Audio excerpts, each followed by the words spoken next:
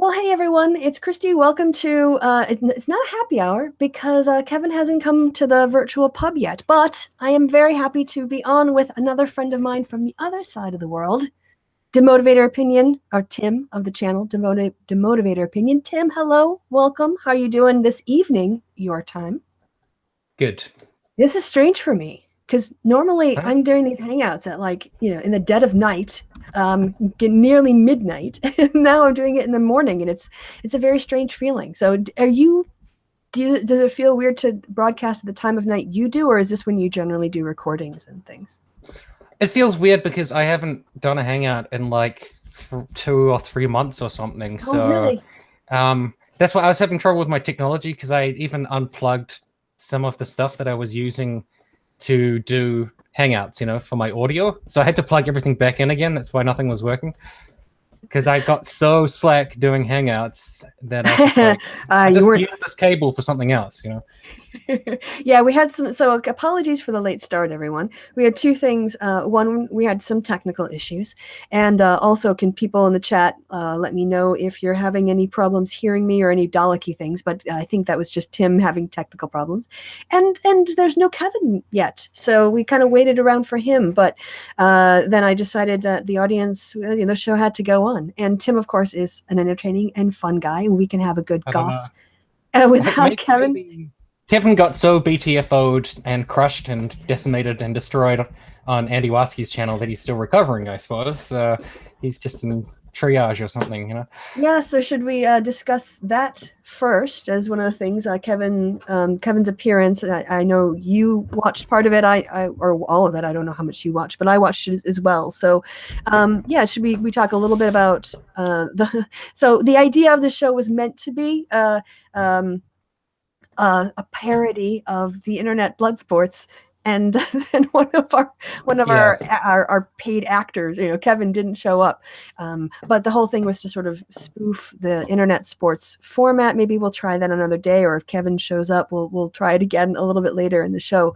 But it really comes down to the fact that when people go on these shows, it's about spectacle and not about communication. It's not about ideas. It's about bullying and insulting people.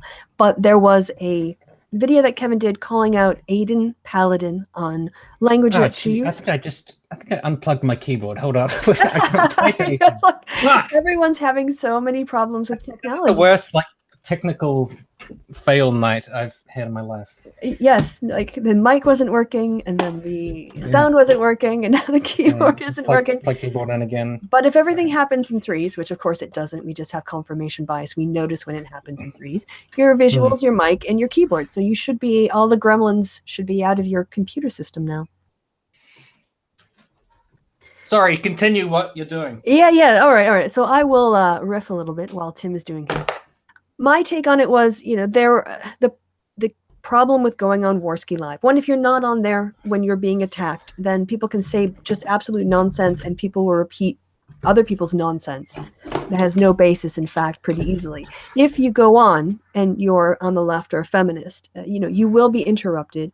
You will be personally attacked rather than dealing with arguments. You will be undermined in lots of different ways, a lot of ways of trying to put you off your game. And I thought, Kevin was up about 3 or 4 against 1, and he did as well as he could. It's difficult when I was watching this section, I was watching, every time he sort of said 7 words, Aiden would jump in and interrupt him. Yet he wasn't doing that. Kevin wasn't doing that really as much that I saw back. But you've actually, Tim, now that I've waffled on and sort of set this up, I want to say I really enjoyed your recent video. And this is a go watch Tim's internet Bloodsports video. You want to talk a bit about the inspiration for that and what you chose, kind of not just what the content of the video was, but like how you came to create it and your thoughts that went into it as well.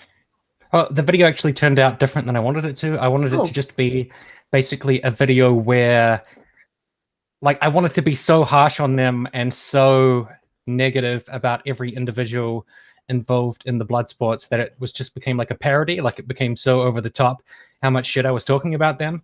But as I did the video, I found, I don't know, I kind of tone myself back these days, and I find it hard to just insult people. So my video was a lot more mild than I expected. And then when I started editing in clips of them basically like acting like children, it turned into a more sort of normal kind of video. But my message was supposed to be overall that this is just a waste of brain cells. They're fighting about a bunch of shit no one in their right mind should give a fuck about. Every 2 seconds, it's just like, you're a doxer. This guy's a doxer. You betrayed me. You betrayed me. And it's just like Jerry Springer nonsense. And I don't know why people should care about it. But I guess because I made a video about it, that shows that I care about it. So that's like a self-own. You can't talk about it without being owned. So I owned myself by talking about it. So I was like, if I'm going to do that, might as well make some profit. So I put for a penny, Patreon in for a pound, as they'd say, or in for a penny, in for a dollar. Yeah, but I mean, I've read some comments on the Baked Alaska stream of people who were like, who is Baked Alaska? Like, what are they fighting about? And a lot of people were like, where is the original video that caused all the drama? Because no one could find it. So people were like, they didn't know why they were fighting. They just knew they were fighting. And a lot of the comments were like, this is just so pointless, and I don't know what's going on with this channel anymore. It's just you tune in, it's just guys yelling at each other about Did you see something. later the fight between Andy and JF on air when JF kicked the Ralph report off the stream for insulting him? So just and so was that on the same hangout that Kevin was in? Yeah. If you skip to the end, it's hilarious. I only watched the bit with Aiden Paladin because I just wanted to see how Kevin did. I didn't care about the rest of the show. So once I watched that, I was like, skip. I don't want to watch Ralph retort. I mean, who wants to? I don't want to hear what that guy has to say. Oh no, it's, obviously, it's toxic. But I had kind of like skipped to the end because they said something about something happening in hour 3, and they never seemed to bring up. Well, at least I missed it. But when I skipped ahead, there was JF and the Ralph report guy or retort, sorry, going back and forth and back and forth. And he kept sort of egging JF on, and Andy went, I don't know, to pee or something. And while Andy was away from the mic, JF kicked him out of the stream. And then Andy came back on and was like, what are you doing? He's like, I kicked him out of the stream. He's like, I don't kick people out of the stream when they insult me, JF. What are you doing? And so then they had a big fight over whether or not JF had the right to kick people out of the stream. Right. So it's just guys fighting. Yes. About and they're literally just guys fighting. That's what it is. Yeah. Because I'm sure that if I went on some of those shows, like I had an exchange with Tonkasaw on Twitter. And he just called me a brainlet or something, and he was like, "That's because you're a manlet, and you're part of the manlet crew, and you're a brainlet, and you're like soy boy and all this kind of stuff." And I was just thinking, I don't know why you're calling all these names. Is it because I guess I'm associated with some people you don't like, so I have to be a bad person or something? It was like he's trying to start a Bloodsports on Twitter. Yeah. And I was like, there's no super chats here. No matter how much you insult me and try to start some shit with me, we're still just talking on Twitter, and it was just very weird. I was like, I've barely ever interacted with that guy. He's just like insulting the fuck out of me. I don't know why. I'm like, I mean, that's how you make the Bloodsports money. Yeah, that's what you do. Well, recently this week I was criticized on Twitter by some individuals for what they said was like being nice to Tonkasaw. And the fact is that when you're on Twitter and you have these guys baiting you, you have a few options in how you respond. And I respond differently depending on the history I have with the person, right? So someone like Tonka is looking to start a fight. If you don't respond, they call you a coward. If you respond with anger, then they've got you. But if you deflect into like things that are a response but don't actually make the conversation go forward or don't escalate things, then it's easier to diffuse. And that's what I was with Tonka in this case. I just wanted to diffuse the situation because I wanted to have a nice night. I didn't want my mentions to be flooded when I came back to check Twitter in 2 hours. So I threw back some like just casual BS deflection. For people who've ever been like hit on by somebody and you're really not interested and you want to let them down easy without being a jerk, and you find these kind of excuses and deflection ways of basically saying, go put your attention somewhere else. That's what I was doing. And and it was just kind of funny that I got criticized for being nice to Tonka or something because I was basically well, and then later on a little bit trolling him. But yeah, it's all about the conflict. And I also found that he kept liking tweets of like anybody who disagreed with me, he'd like their tweets. Right. And after like a few hours of that, I was like, this is ridiculous. Like he just constantly liking anybody who says anything bad about me. You know? And someone's like, oh, Tim is such a stupid cuck. And it would say, Tonka Sword liked this tweet. I'm like, and he was being rude to me for no reason. Like I didn't say anything. rude to him. So well, they need content, right? They need drama, they need conflict, they need to create that conflict, and they also need to either play the victim or somehow be able to own their opponent in a way that their audience finds, sort of reinforcing of toxic masculine values. it's always like, this person is friend, this person is enemy, this person is friend, this person is enemy. And I guess JF and Andy have started to fluctuate between enemy and friend on the same stream. Yeah, they're kind of frenemies now. Yeah. But that weird. So a little bit on the on your video, I watched Andy become a man. Coming back to your video, which had that great thing. You were saying you wanted to be harsh on them, but maybe you were saying over the course of creating the video that you actually changed the tone and style. Is that because once you actually put them on fighting each other and behaving like little kids, it's hard to outdo that in a way that makes it satire? And that's kind of the impression I got from talking to you. Nah, I just think I'm not good at insulting people for their own sake and just being derogatory. Like, I have to force it, so it doesn't come off naturally. Because I wanted to say, like, oh, so this is about like a dumb loser called Baked Alaska who sucks. He's a racist pile of garbage and a piece of crap, and he's on a show with this moron called JF who's probably could be a rapist, and and all this kind of stuff. But as I was doing the video, it just got kind of softer into like just their man babies, So right.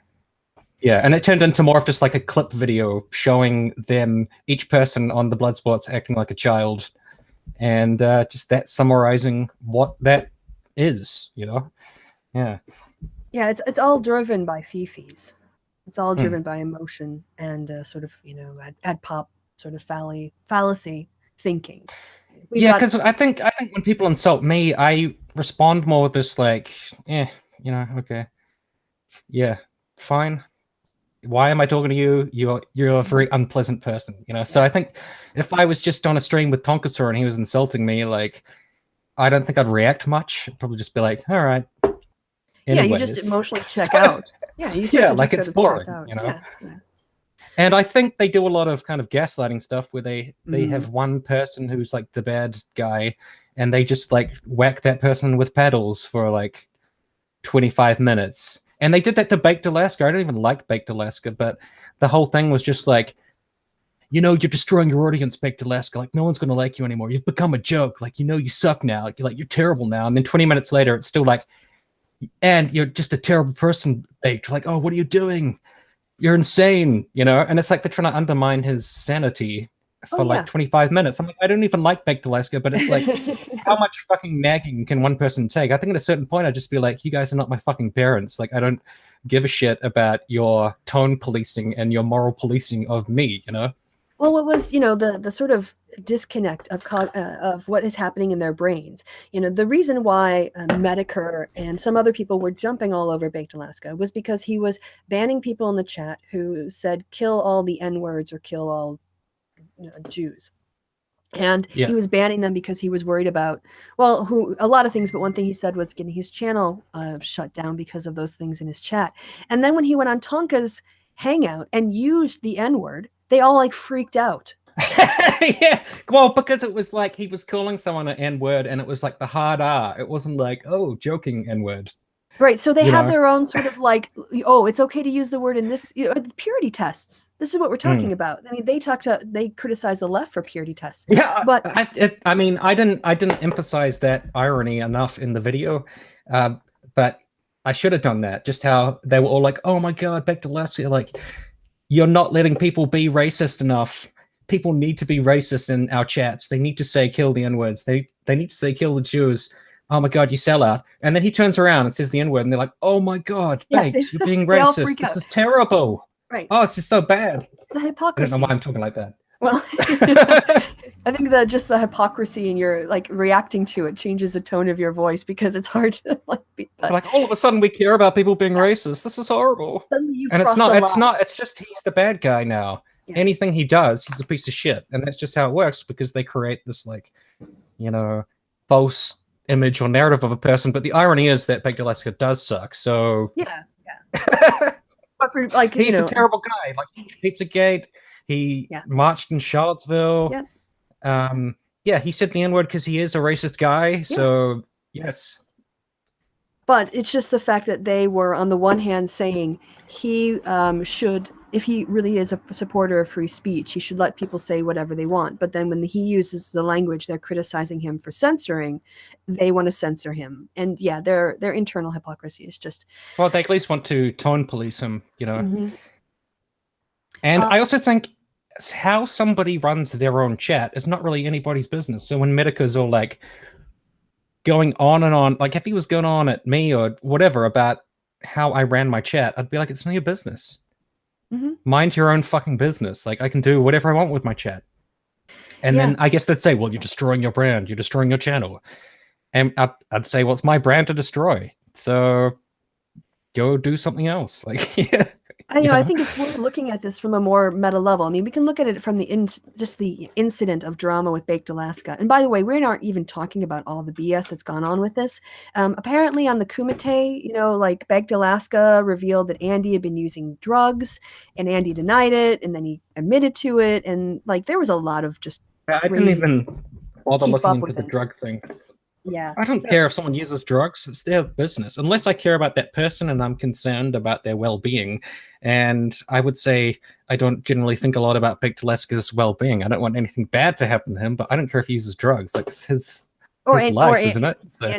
Either, right? But I guess he was dealing with problems of addictions, I saw in one of the videos. So he maybe it's not just casual. Well, that's a shame. Yeah, that's not nice. Right, exactly. But why are they shaming him over that instead of saying like, hey man, we're worried about you. Get help. They're not saying that. They're saying you druggy. Well, this is like it's the whole narrative that they've constructed. And again, not to make Baked Alaska out to be this massively sympathetic person, but just analyzing the way that they use forms of toxic masculinity to check people and to keep people in line, to use peer pressure, to use purity tests. And then they turn around, they call all these things SJW tactics. Well, that's the thing, like, they are using them, not us.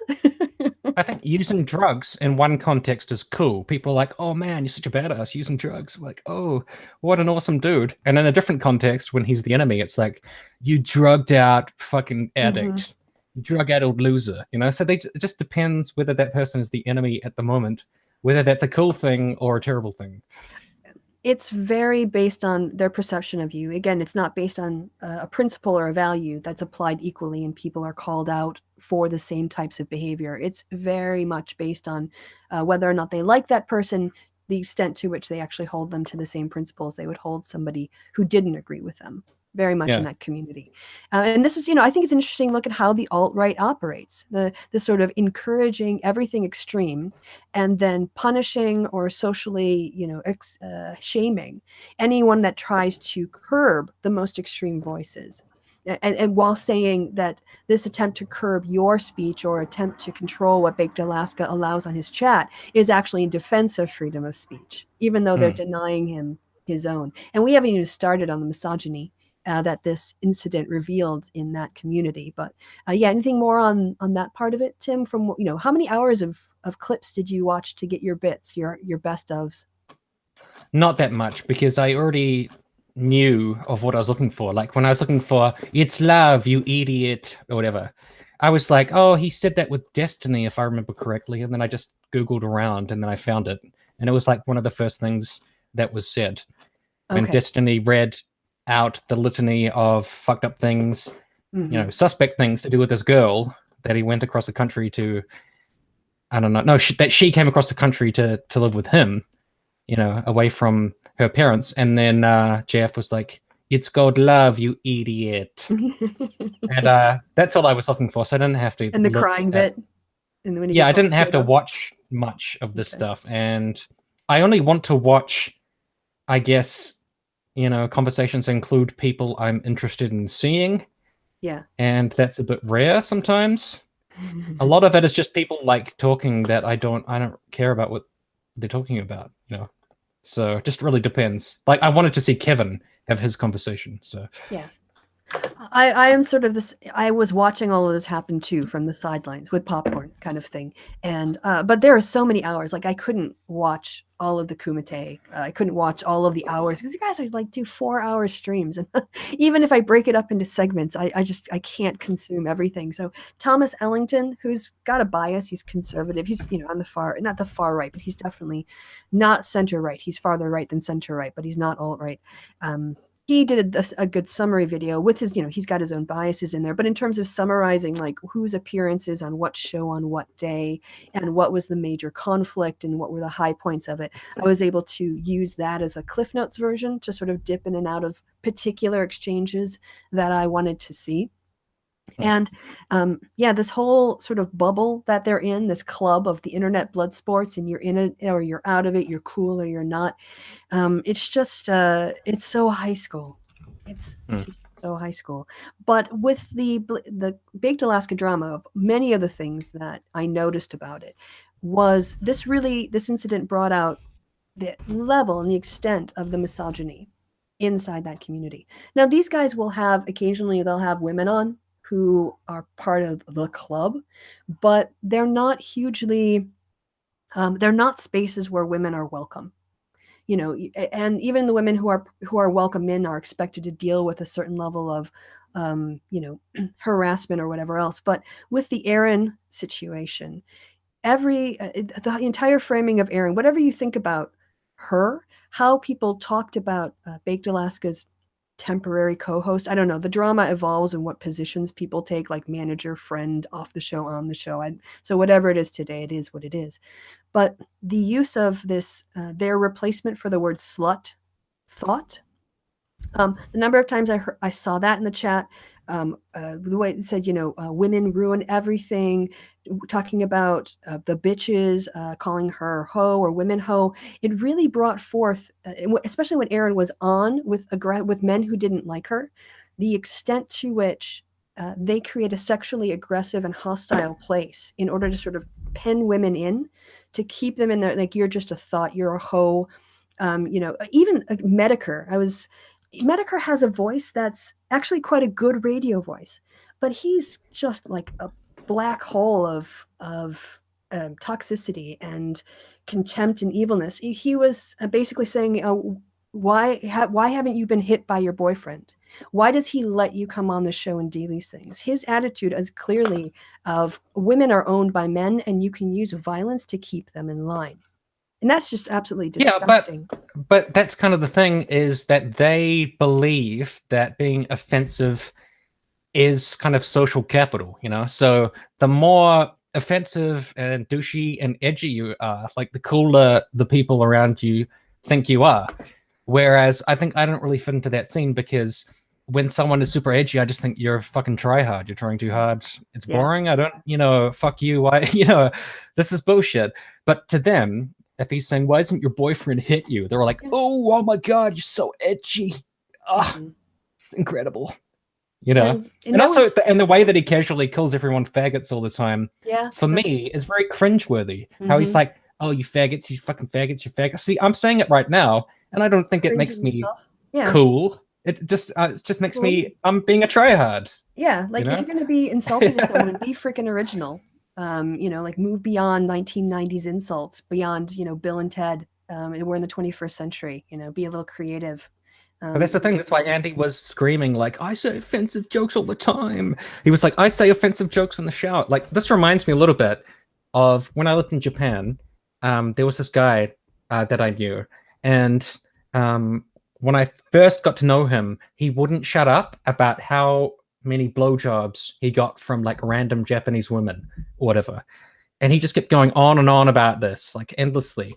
He'd be like, oh yeah, like another place I had sex and I got a blowjob was in like a karaoke booth, and like, yeah, she's totally going down on me and stuff. And I was just staring at him the whole time, like, why are you telling me this? I don't want to picture it. I don't want to know about it. And I was just like, I must avoid this guy. I do not want to be near him. I don't want to be around him. I do not want to hear about his pathetic, loserly attempts to like appeal to me by going on about, and I didn't believe that shit even happened anyways, And why do people assume that, I don't know, all men want to hear about that crap? It's certainly part of that certain, culture that people create of what's acceptable to talk about and what's not, or how things should be talked about. And certainly women in that bubble are viewed in ways that are defined by their sexuality, very much. They're seen, as a woman who is with us, so she's okay, but still has to, exist in that environment. Or if it's a woman they disagree with, then sexual humiliation and reducing women to how how hetero men would benefit by, dumping a load in them. Like they're reminded all the time that is what you are, Right. and But that I is also think all you are. men are defined and define themselves just through their like social roles or social standing in a group by their sexual accomplishments, Mhm. So I think that guy was very much in this toxic masculinity mind frame that sexual accomplishment equals success. So whenever I meet another man or a guy, I'm going to try to relate to him by talking about all the blowjobs I've received. But it's funny because in my circle of friends, none of us had that mentality, and we would, after he'd leave, we'd all look at each other like, "Oh, what the fuck." Like, why did he tell us all of that? But I don't know. I guess in some other circles, which are more like, toxic masculinity based, they would find that really impressive. Like, wow, that's that cool guy who's You always got all getting those blowjobs. blowjobs. Rather than that's that guy who shares way too much information about his sexual life and it's gross, and Yeah. God, I hate that guy. Yeah, it's like, oh, That's what hey, I thought. here comes TMI. Yeah, because I thought, like, I mean, I'm not trying to say this unironically. I've done sexual stuff in my life. Someone's gonna clip that. I don't know, but I don't have any desire to tell anyone else about it. I feel like it's, why would I want to appeal to people that way? Unless you're like, I don't know, at a party playing Truth or Never have Dare or I ever. something. Yeah. Yeah, something like that. But some people seem to think that you should just tell every second person, and that's cool. Yeah. And I feel like Mr. Medicare and those edgelords, they're all like that. They're all trying to like say, "Oh, I'm so impressive. I can say the N word with a hard R, and I can say faggot all the time, and I can, call women thoughts constantly." But I see it as pathetic. It's like they didn't get out of fucking high school. It's Very much so. loserly.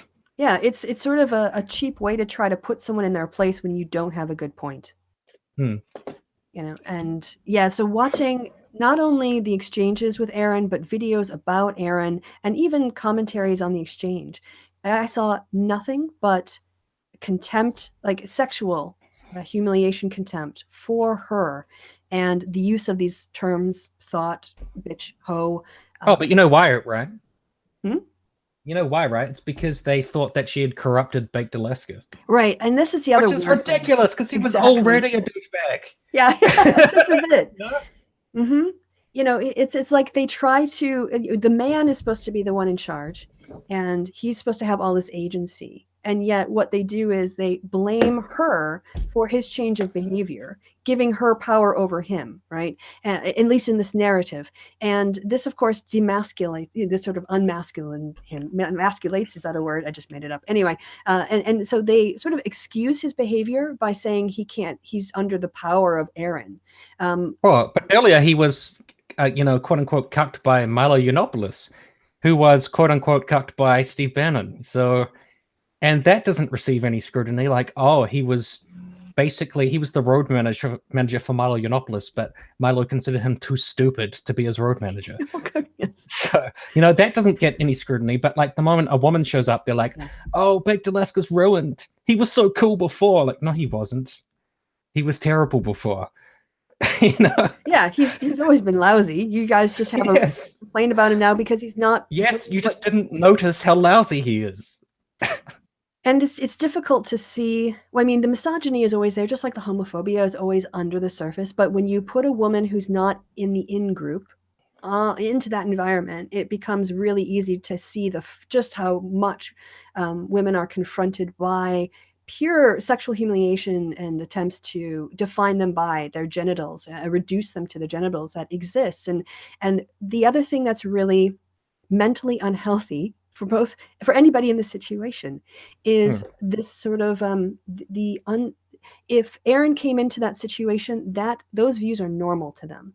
That is the group, sort of assumptions as to what things are like. And so when you go into that circle, it's part of their value system is to be able to talk to women like this and treat them like this. And the way they do it to men is, as you said, they call men faggots, right? Because what's a faggot? It's their version of a man who does what a woman does.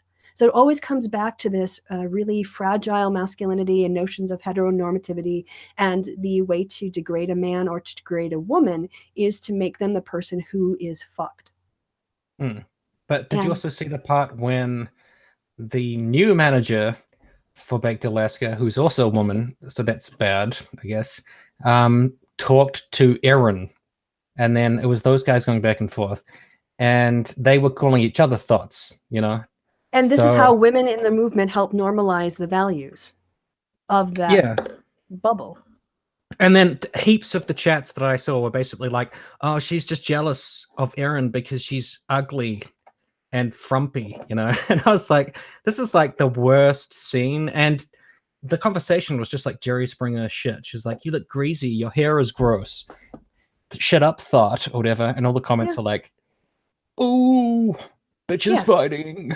Anti-feminist women validate misogyny by participating in it, in order to be accepted by the men who have the power and the status in the group. They want to be one of the guys, because being one of the guys is like the top tier of it being accepted into the peer group. But then do you also think that woman has agency deciding to be Baked Alaska's manager, or do you think it's all just an attempt to pander, or, What I thought was really interesting was, Baked Alaska said he gave her the position of manager, and they immediately all bristled at the idea of him taking orders from a woman. And they were trying to encourage him to redefine her role from managing him, in other words, to take everything that he has to do and sort of help and organize it and make good decisions and give advice, to one of an assistant. They needed to put that woman in her place, right? And that's how they appealed to Baked Alaska. You don't need a manager, and you need a personal assistant. You need someone you can order around, not someone who will tell you what to do. And all of this comes back to that masculine power and pride. But at the same time, she seemed incredibly toxic herself. Oh, yeah. So you're asking about her agency. Yeah, of course she has agency. And she's making a conscious decision to try to be a man in a man's world where she will never be accepted because she isn't. You see what I mean? I mean, this is a difference between a feminist notion of equality and an anti-feminist notion of equality. Equality in quotes. In feminism, the principle is actually to have people be equal. And in the anti-feminist worldview, people are given roles, right? So women are given the role biologically of having babies. And that's why they're reduced to their reproductive organs and their sexual usefulness for men in that worldview. So she's trying to operate within the agency of a worldview that will never let her be truly equal to the men that she wants to hang out with. Well, it definitely seemed the role of Aaron was corrupter of Baked Alaska. And I think 90% of the hostility she received was because she had corrupted Baked Alaska somehow, which is a ridiculous idea.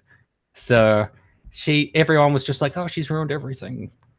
And I was like, I don't know who she is or what she's doing. She's just there. I don't know why everyone hates her so much. And this is, again, Baked Alaska is the one making the decisions. Baked Alaska has complete agency over how he runs his show and who he hangs out with. And yet they blame someone who is not Baked Alaska for what Baked Alaska. And they also police him. So it's all about policing, tone policing, peer pressure, purity tests. Yeah, and how they're like, you got to listen to me, Baked, because you're going to fail if you don't do what I say. Your channel will go nowhere. You won't be a success. You'll be a loser. Like, you'll fail miserably. And to me, that's a kind of, I don't know what the right term for it is, but it's definitely like trying to fuck with someone's mental state to say, like, you have to do as I say. Otherwise, everything's going to go wrong for you. It's like a kind of manipulation. Definitely. I mean, I compare the norms of our YouTube community to their YouTube community, and they want to say they're morally superior to us. I mean, it's not like we are without our disputes. We've had people with different channels who've had arguments, but generally, people just have their arguments and then they go their separate ways, and it kind of ends there. But there isn't this sort of ongoing policing of pulling people in, having interventions, doing a ton of videos about them, within the community to try to police tone or shame them into taking a different position. Yeah, I don't know. That's my perception. I mean, if Baked Alaska's over, he probably should have been over when he was pushing Pizzagate, but he wasn't. He probably should have been over when he was working with Milo Yiannopoulos, who was working with white supremacists and the alt-right to push racist narratives on Breitbart, but it wasn't over from then. And he should have been over for him when he was like harassing women on the streets, and when he was harassing cops, when he was like pretending to be maced. Right. But it wasn't. He wasn't over for any of that stuff. He was over for a woman, cucking him and him banning people saying "kill the Jews." How bizarre is that? Yeah, he violated the norms in two ways. One, he upset the order by being perceived as not being the alpha male in charge of his channel and what was going on, and or in charge of his harem. Yeah, exactly. And he also wanted to exercise some content control.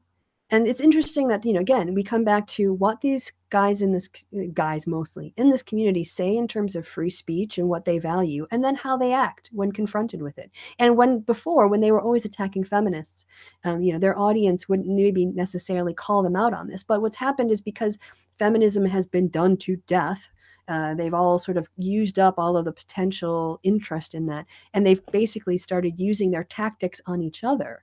Well, because they're hypocrites, it's damn easy to keep making content because they just change their value system, change what they care about, change what they focus on, because of emotions, not because of principles. Sorry, Kevin said he's available at 10 p.m. his time. Oh, but it was in the calendar for 10 a.m. because this has been. He thought it was 10 o'clock at night. Yes, yeah. But it was 9 p.m. my time. Yeah.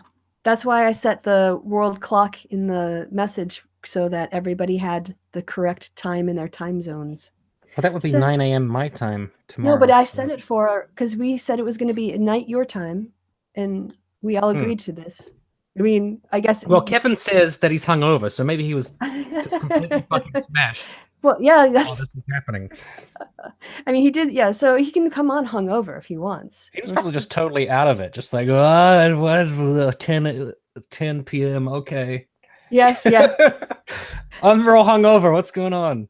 Well, I'm glad you're watching. When I'm running the shows, I don't really check my messages or anything. So we hope our voice is soothing to you, Kev, if you can't join. We're very sorry about the confusion for the time start.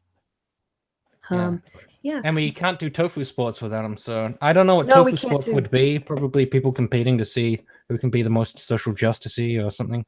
Yeah, I had a few super chats lined up, but we can try it again. Unbelievable. I tailor my thoughts for the people I'm talking to so as to not cause offense more than any of you people here. You're like, that's you liar. I was going to say effing liar, but I didn't want to offend, so I'm superior to you. Stop policing your speech, Tim. You're policing. You're denying yourself your free speech. I'm offended. I don't even use pronouns because I don't want to get it wrong and cause offense. Yes, there you go. I've just stopped talking altogether. That's how social justice-y I am. Yes, there you go. Because it's the least problematic position to take.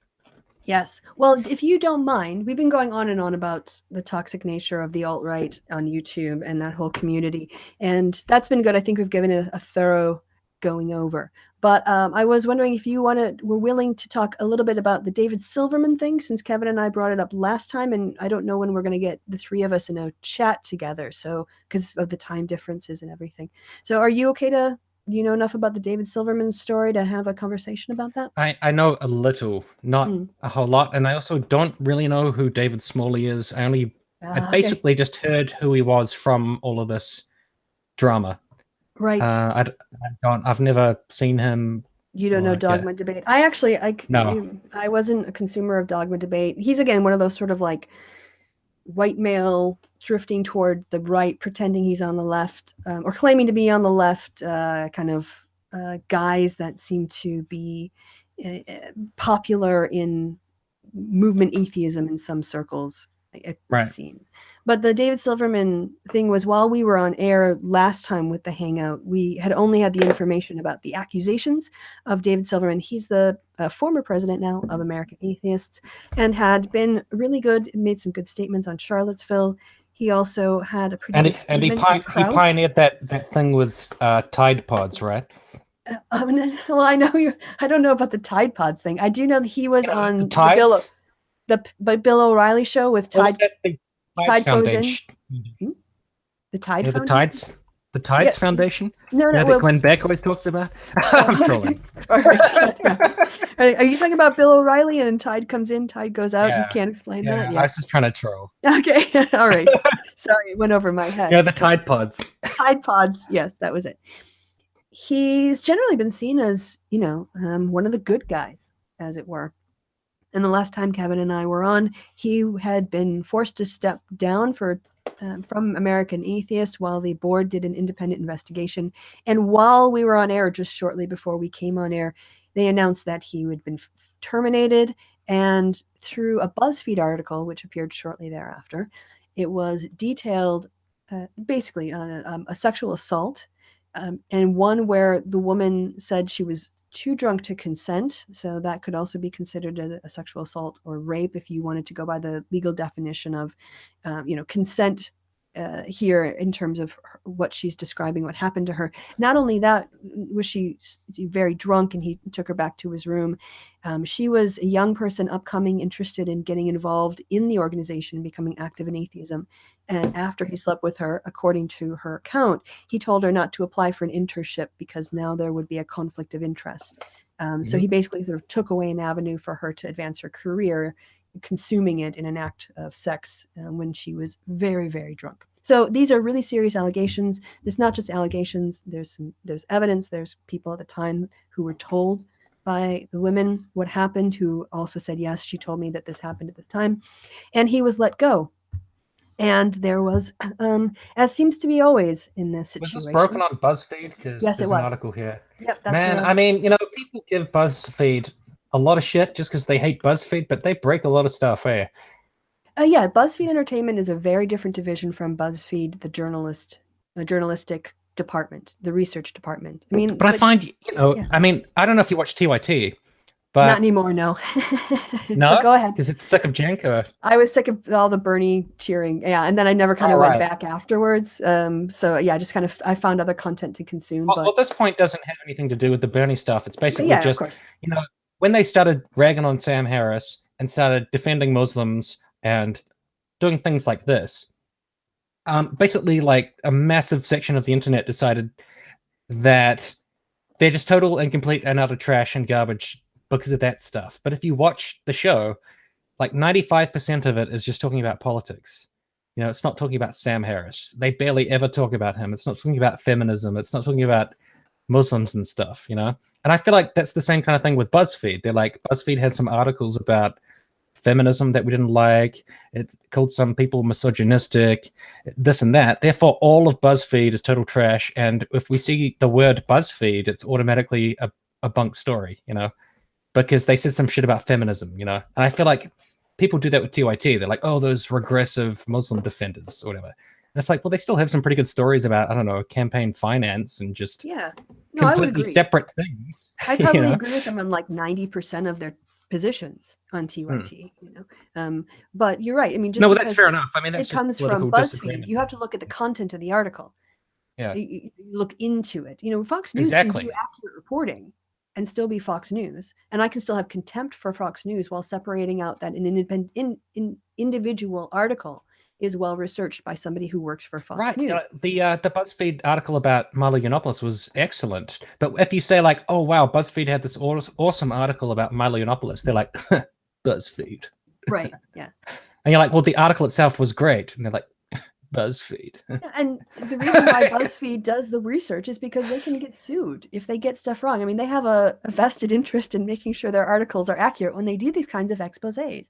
And it's not like the National Enquirer. People don't treat BuzzFeed like they treat the National Enquirer, the Clinton had my baby or whatever. Kind of obviously. Clinton had my baby. There was one like Clinton was an alien. Bill Clinton was an alien, kind of a famous headline, or meets the aliens or whatever. There's just stupid National Enquirer. Well, there was that time she got heat stroke and she was walking funny, so she's obviously an alien. Yeah, that's the only logical conclusion. I mean, they put up such ridiculous headlines. It's almost Onion level of, at least back when I lived in the States, Onion level of satire. You're like, oh my god, I just could not take that seriously. And that's not what BuzzFeed are doing. They have straight journalism, straight reporters on news, investigative journalism, getting interviews, double checking their sources, and putting out new information, out there. So they do, a great job. Well, yesterday I was reading an article on Breitbart, and it was talking about, I can't remember exactly what it was, but something to do with like privilege or something, and it sounded so like social justice-y. And I was like, am I reading Breitbart? What the hell is going on? Like, they accidentally slipped like a social justice article onto their website. It was very weird, but... And this is it, you can also have guest editors, or you can have an opinion piece. Like, for instance, the Washington Post, most people would probably consider a very sort of, mainstream media outlet, but they have Jennifer Rubin on, who's a very conservative perspective. So just saying that, it was published in the Washington Post doesn't always tell you everything you need to know about a piece of writing. No relation to Dave Rubin. Anyway, sir, I've gone way off topic from this thing. No, so you were saying that Silverman. David... Yeah. Right. So it was just a massive disappointment again, because there was a pretty big part of the community that rallied to his defense. Initially, when he said that they were firing him, Mythicist Milwaukee put out a tweet saying, David Silverman, you did great work and we wish you all the best. And then the BuzzFeed of course came out. Yeah, the BuzzFeed, because they want to suck up to, you're the victim, David Silverman, of this witch hunt. And then the BuzzFeed article came out and they deleted the tweet. So tweet regret. Hashtag tweet regret. Sorry. I'm also dealing with a massive cold. I haven't complained about it, but if my voice sounds really raggedy, that's why, because I have a Kleenex box here in case I need to blow my nose, but happily I've neither been sneezing nor had real problems with my nose since we've gotten on air. Hurrah! So Silverman, really disappointing reactions from a lot of people. He made some attempts to try to say that, he didn't do these things or whatever else, and a lot of people were supporting him. He ended up removing his Facebook post. Himself. I'm reading about this now. Mm-hmm. What are you reading about? The Facebook thing or the BuzzFeed article? I'm reading the BuzzFeed article. The BuzzFeed article, what they describe is horrific. I don't know how you could read that account, and it's very specific. It's got a lot of... because I'm not following this that closely, and this is what always happens in these situations, are people saying that she is lying or making it up or trying to smear his name? Oh, it's all about, burden of proof. Right. Trying to find reasons why the decision by the board, based on the investigation of somebody who was independently hired to do the investigation, is somehow not credible. Is that what his defenders are saying? Yeah.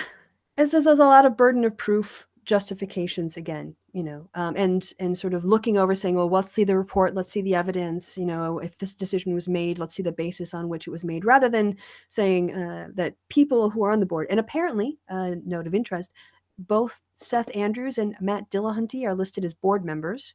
I don't know if they participated because the board itself has said official statements and then everybody has been quiet. So last time I checked, Seth Andrews had made no public comment on this. Matt Dillahunty, he's got me blocked, but I've not heard anyone quote his public comments. So it's a real, the people who are could be in a position to say, as a board member, I voted along with the unanimous decision of the other board members, and we took this very seriously. I can't say anything beyond that statement.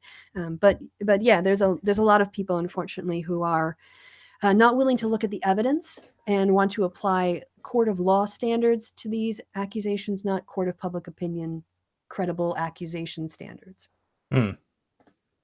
So this is a slight, well, it's along the same lines, but did you ever see the stuff with Aziz Ansari. What did you think of that? Well, again, this kind of when people criticize the Me Too movement, this is what they tend to point to, right? And I think it generally, I'm going to make an assumption here that it tends to be men who come in and say the Aziz Ansari stuff is nonsense, and I think that's because men have never been put into a position where they felt intimidated into giving into somebody's sexual demands in order to feel safe or to not they're in a position where they don't feel like they can say no. So this is where the whole sort of like deflecting and making excuses and trying to, like I said it with Tonka, you want to, in some situations, or with a guy in a bar or somebody in a bar, a woman in a bar even, where you don't want to escalate the situation, you want to diffuse it. And you're not in a position to just walk away. You know, you like, if you walk away, there will be interpretation. So you try to diffuse it. And when I've been in this situation, you know, hashtag me too, where you're making these calculations as a woman in your head. You're like, well, should I just let him get on with it, and then I can get home and be safe? I can get out of the situation, and I won't have ruined this sort of maybe career path in my life, or I won't be good at reputation because this guy's who has a much bigger voice than me and much more power, will tell people about what happened. And because men have never really been in that situation, and also because I think in our society, women objecting to sex is expected, and it's perceived in a toxic masculine worldview as something to be overcome. It's not something to be heard and respected. It's like, oh, no really means yes. No means no. You can never go wrong. If she says no and you go, okay, I'll back off, and then she comes at you like, oh, you know what? I don't, you have to make up your mind yes or no. Then at least you know.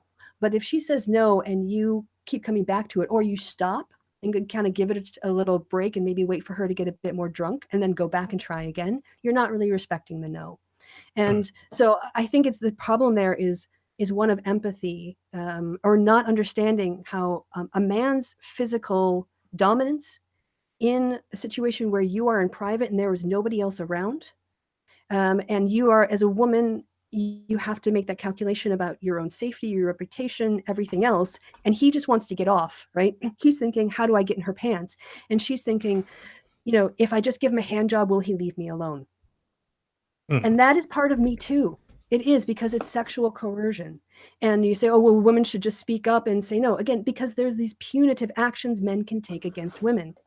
So it's not like she's just free to, get up and walk away if she's worried about what he's going to say about her behind her back, what he might do if she does try to leave, if he will turn violent because she might not know him that well. This is the first time they spent time alone together. There are so many calculations we as women have to do when we, go into, and when we basically trust a man to go into an intimate situation with him. But I think that's one of the strange factors about the Aziz Ansari case, was everyone is like, he's just like this little cherub. He's so innocent and pure. And, when I've watched his shows like Master of None, he's got this whole shtick of like, I'm the safe guy. I'm the safe guy who women can talk to and hang around with. I'm the best friend. Like, oh, boo, let's go out and get some ice cream or whatever. That's what that whole show is like. It's basically him being everybody's best friend. And he's physically not intimidating. He's like a small guy. I mean, it depends on the size of the woman, right? Oh, I don't know was she short? I don't know. I have no idea. But I'm just saying that, relative, not just because a guy seems unintimidating to another guy because maybe he's about the same body weight and body size, there's still just a physical difference that is always part of what women have to deal with when what I'm saying is alone that with men. That provided kind of a pass for him. Yeah, exactly. Everyone was, they're basically like, oh, this is Aziz He's not Ansari, like threatening. every woman's best friend. That's his entire show is based around what a nice guy he is. So was Bill Cosby's. Oh God, that's a devastating point. Yes, it was like he's like the best dad, and you can trust him. Everybody's best friend. Yeah. Well, but also there is the as you said, the celebrity differential of the fact that he is this popular, well-known comedian who is doing all this stuff, and she's like, I don't know how I'll be able to cope with this if it turns ugly, you know. Yeah. But it didn't turn ugly after the fact. Like what actually happened was ugly, but he didn't try to like ruin her life or anything. But so she had to let it go. She had to just be like, I will not bring it up again because he's Aziz Ansari, you know. Yeah, you make that he's decision, yeah. a calculation. What outcome provides me with the least risk? And in this case, is gratifying him sexually just so that he will not do bad things or say bad things or do things to harm me.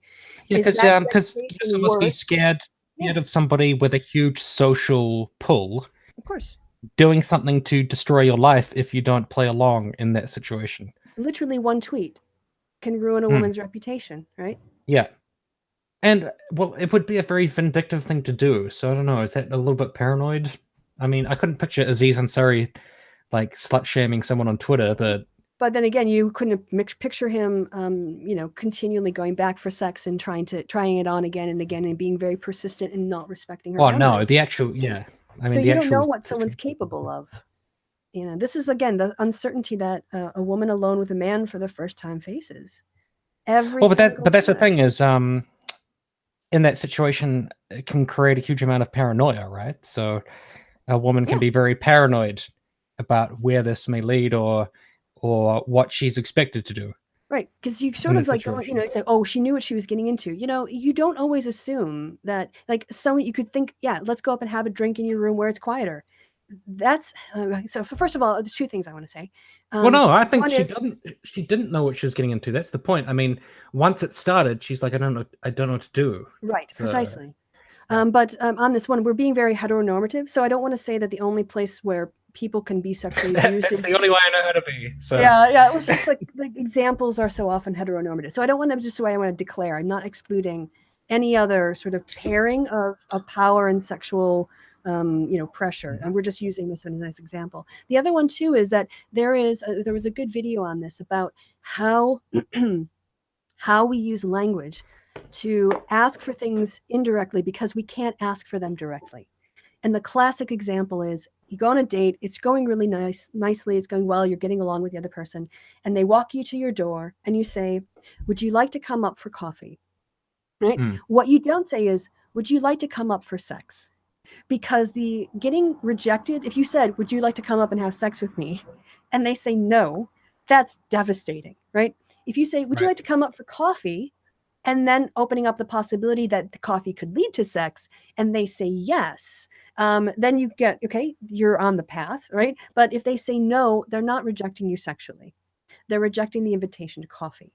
And this is why when people are invited up to the room for a drink, there is not an explicit understanding that they will be going up to the room to have sex. So no, I think it's completely unfair when two adults say, hey, let's go and have a private drink in private. There is an expectation of a sexual act taking place because that was not what was agreed to. What was agreed to was a drink. So no, when you go up to somebody's room, you're not expected to put out because you agreed to go and have a drink with him or her. But I think in the case of the Aziz Ansari thing, I'm sorry that it's shifted away from the David Silverman thing. It's fine. Let's just chat. I would have thought that because he would do like a sexual act and she would kind of like move away from him, that he took that as a message of like, oh, so she's kind of standoffish, but she's not saying no, you know? And he didn't get the message, just kept trying over and over again. And this is where the whole boundaries, that women saying no is something to be overcome. Well, he wouldn't see it as a no. He'd see it as like, oh, she's like being a bit. Yeah, exactly. Yeah. Whereas I would think like, I mean, on a personal level, I would think like, okay, she's not into it. That's what I think. And also, it just might not have occurred to him that she didn't want to have sex with him. The expectation of, hey, I'm so awesome and cool. No, but he probably would have thought she would say, no, I do not want to do this. We're not going to do this at all. I'm going to leave. I'm not going to be here. Right. Because I think that's the only way that she could stop him from, I don't know, sort of going after her in that situation. Well, but I think because she wasn't quite so, I don't want to say confident, but she wasn't quite sure what to do. Right. This is where the empathy thing is. Like, if a man wouldn't want to have sex with a woman, he would just get up and say no and walk away. Especially if she was a lower status person than him. I don't know if that's true. Well, insofar as like the communications level, right, of how you would get yourself out of that situation. I think men who want to turn down sex with women feel a lot more agency, more times than women feel agency, with men. Again, when you're alone in a situation. Like in general, probably. But I think some men have some pretty low self-esteem and will probably just be like, okay. That's true. It's very possible. But as expecting that level of clarity, what I'm saying is if Aziz was expecting her to say, look, no, I don't want to, and get up and leave, that's a failure of understanding his power over her and how she might not want to, this is why people shouldn't sleep with their fans, right? Or if they are, it's a very dicey thing. There's a massive power dynamic there where that's very unequal and very unbalanced. And people do take advantage of that in order to benefit from, in order to get sexual gratification. And not having that self-awareness of, this isn't just two people in a room, this is someone with a lot of power and someone with very little power negotiating sex. Then he might have been more perceptive as to the fact that she was trying to reject him without making him hate her and punish her or do something to make her life bad. Because he had power over her.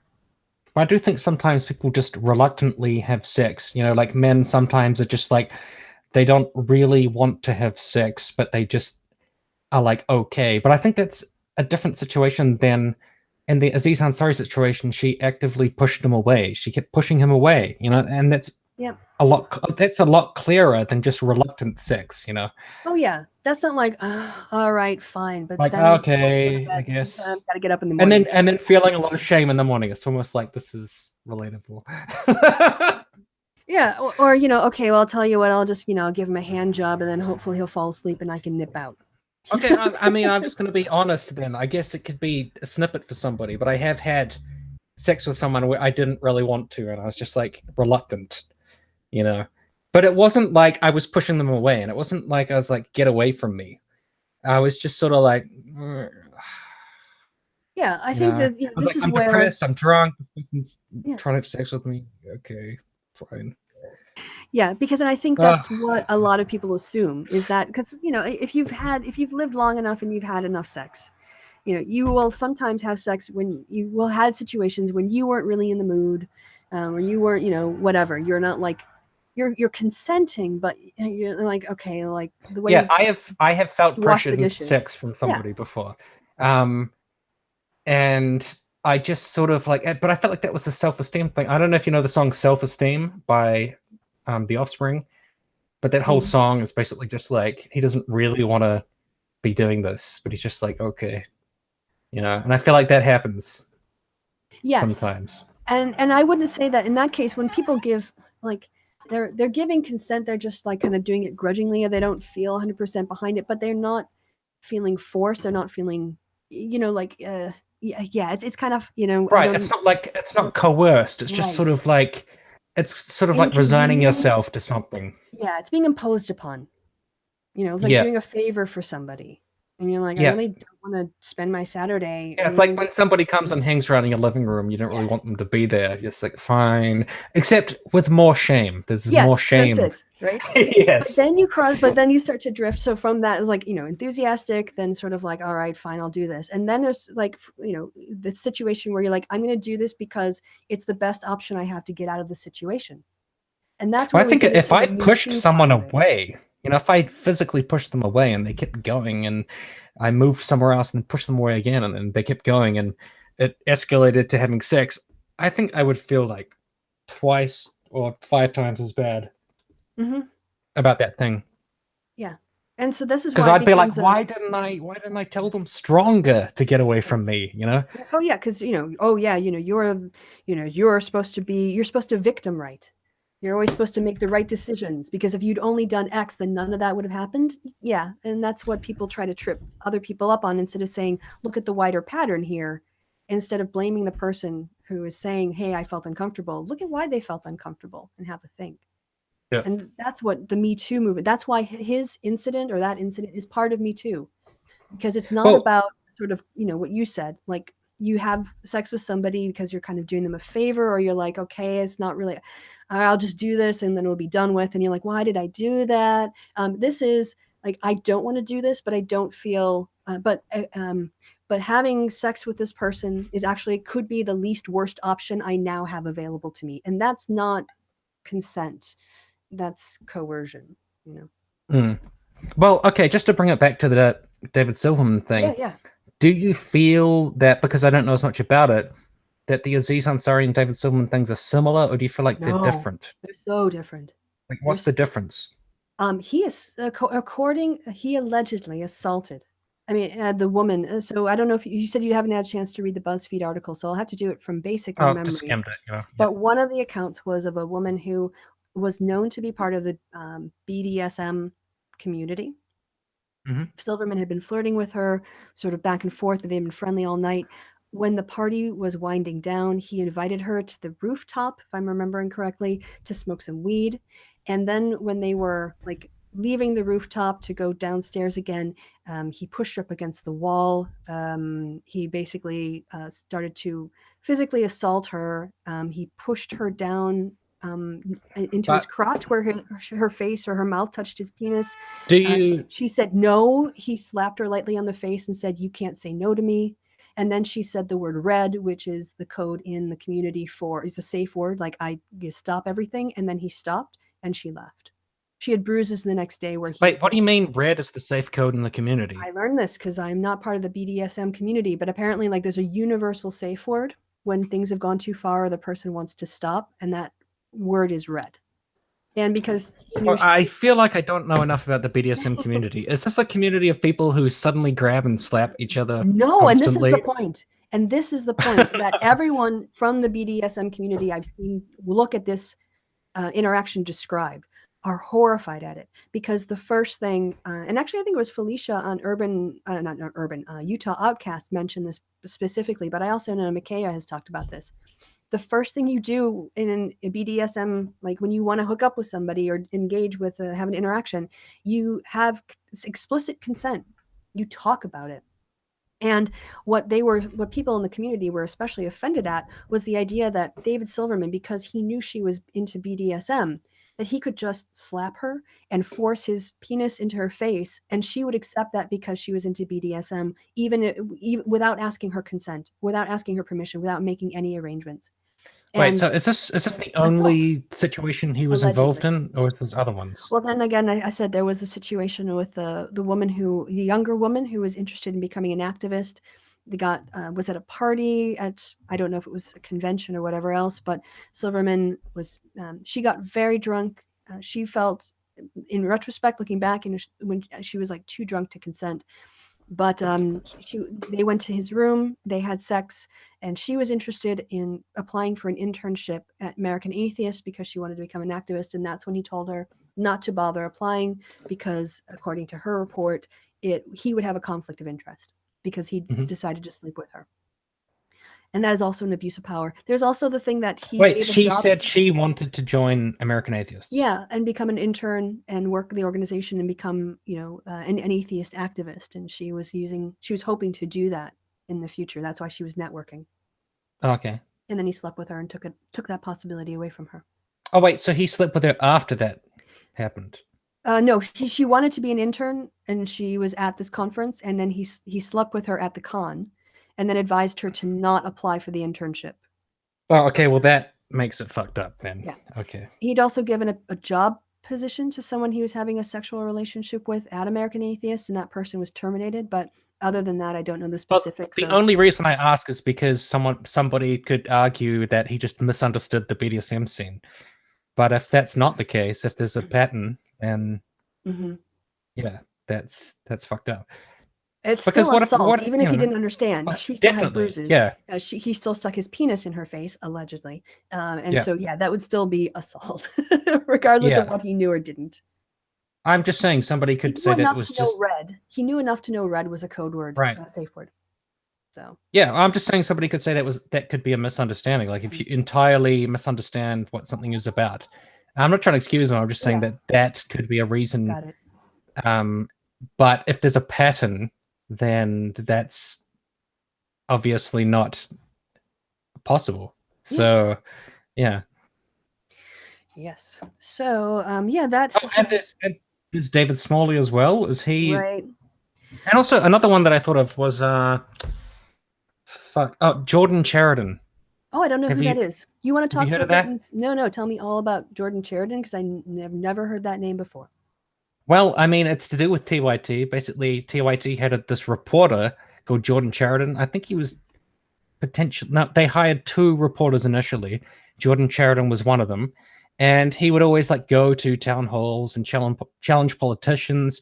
And there's lots of videos of him like challenging people and stuff, and like chasing them down the street and being like, oh, do you support fracking and all this kind of stuff. And like, we're gonna fight for social justice, and we're all about like progressivism and everything. And then he got fired from TYT about a month ago or about 2 months ago, I'm not sure the exact timeline, because it was revealed that he was having sex with the people who worked under him in these crazy orgies. And basically, he would be like, "Oh, we're finished filming," and then say to like the camera girl or somebody, like, "Let's go out and get some drinks and all this kind of shit." And then he'd take them up to like a hotel room where there would be a bunch of other people there, and then start taking off their clothes and try to pressure, the other person there into having sex. And that they had sex in all these different hotels. They had these orgies and stuff. And once TYT found out about it, they were just like, "You're fired. You're gone." you know. And Jordan basically just tried to argue it was all consensual. They wanted to be part of these orgies. They wanted to have sex with us. It's not my fault. I'm not a bad person. I still care about all this social justice and everything. But I think that's indefensible because he was also using TYT's money that they gave him See, to this is use hotel rooms to try to have orgies with women, And it was just like, oh my God, this is just indefensible, Yeah, so break it down a little bit. I mean, so yes, there's a power dynamic. I don't know if there were direct complaints. I don't think there have to, well, someone in the chat says it was 6 months ago, so Okay. you can see time is very memories. compacted for me. So yeah. No, I had not heard about that at all, and that does seem certainly not a valid corporate expense. I mean, I don't know, okay, what people do in their hotel rooms is sort of their own business and their private time, but I think, it's not like your corporation gets to police what you do in your hotel room. On the other hand, if you're bringing people with whom you have power over into those situations, then it becomes a work issue, not just they were people that worked issue. with him. And he was, from what I understand, he was basically being followed around by this group of like swingers and like orgy people who he'd just bring to the hotel rooms, and then he'd bring like his co-worker into the hotel room, and there'd be some people on the bed like making out, and he'd be like, "Oh, that's funny. They're all making out and stuff. Maybe we should make out." Ew. Oh wow, no, that's and billing it all to the corporate credit card. Yeah, and that she was in, and that one of his co-workers was in bed, and he slipped into bed with her because he was like, "Oh, we were getting along so well earlier in the night that she wants to do something," And I was like, "Oh my God," which it was a real shame because prior to that, my only perception of Jordan Chariton was he's a slightly irritating but often quality reporter. Sometimes he's too over the top. Because he's just very histrionic sometimes, but he's done a lot of good reporting, and he's asked a lot of good questions at town halls, trying to hold people's feet to the fire. So it's just like, oh my God, turns out he's just this absolute slime bag. Yeah, and I was like, oh fuck, that sucks. And the thing is here, again, if this had all been in his private life and he had done this all privately, I don't think it would have been an issue. But because it would still be sleazy, like bringing somebody who was not pure. Like if he was doing everything, if he wasn't using it to bait people, if he was just into open relationships and being a swinger, that's like, oh look, my friends are in the hotel room making out. Yeah, but he's what a coincidence. People, and he has this expectation too. Like just because a woman is nice to you, that doesn't mean she wants you to put her dick in you. He would be like, they'd have a good date, go back to his hotel room, and there would just happen to be his friends in there, sort of like getting really fucking, I don't know, grabby, and he'd be like, maybe we should get grabby. Yeah, that's predatory. And then try to escalate it, That's predatory. That's setting up a plan and putting somebody in a situation and knowing exactly full well where you're going to take them and what you're going to try to get out of them. Right. This isn't about seeing where things go and if they like you. But it's just, it reminds me of the David Silverman situation, because he's the kind of person that you think is on the level and is just trying to push a good cause. And then you just learn all this other stuff about them. And Aziz Ansari, like, he's a comedian that you think is just a funny, likable guy who's everyone's best friend. Yeah, I used to And use then his you, quote on feminism. I've cited his oh, quote on feminism as a meme in one of my videos, and I can't, I'm disappointed now. Yeah, like, I have to, we have to revisit that video and edit that out. Like, I can't be bothered to do that, but yeah. because I didn't know at the time, so I wasn't promoting him at the time. You can check the dates. But yeah, I think the hardest thing about the Me Too movement for people who haven't been a victim of sexual coercion or sexual assault or harassment is that people can be good on issues and still do terrible things. And they can be both. David Silverman did say good things, and he did do a good job of leading the organization on many points. But that doesn't excuse or erase the bad things he does, that he's been alleged to do and has been found. Because I thought, like, Jordan Chariton was like a firebrand who was all about, like, getting money out of politics and progressive ideas and sexually predacious. Yep. He is both totally. of those things. And well, somebody in the chat just said orgies can be good. Just putting it out there. I'm not saying orgies can't be good. No, they have to be consensual. You can't spring an orgy on someone, and you can't use an orgy as a way of pressuring someone into sex. Like, just hope that they will be into what they're seeing. Out of peer pressure. Yes. That's what you're doing. You're putting them in a situation where their behavior, if they say no, is an aberration from what everyone else is doing, and so they are put in a situation of being the socially awkward one who has to make. But you were saying, like, it's really hard if you say, "Hey, do you want to come inside and have sex?" It's even harder to say, "Hey, want to come inside and have an orgy?" Yeah, definitely. How you introduce that and feel someone out for that. You don't walk into a room where you set up people to be having sex to check out their reaction to group sex. That's not how you do it, unless you want to pressure them into sex. That's the goal, is to put them in a situation where they will say yes to you. And that's not really getting consent. But you could be like, if you can't, but I feel like a lot of men cannot understand how to deal with sex or how to approach it. And that's why they often probably feel like they're not predatory. They feel like they're doing something right. If they're not sort of being, even when they are pushed away and saying no, they might just think, oh, she's just doing that to play hard to get. So there's all these, and I link it back to toxic masculinity, value systems or ideas of how a man should behave and how a woman should behave, where even when she says no, there's a rationale to continue to pursue it because, the Hollywood narrative has been, women say no, but they mean yes. Do you think that just ineptitude and incompetence at dealing with this topic can be part of toxic masculinity? Like, if somebody assumes that if they bring someone into a room and get things going in a certain way, that they'll get sex, but that they don't have any skills to read what's appropriate.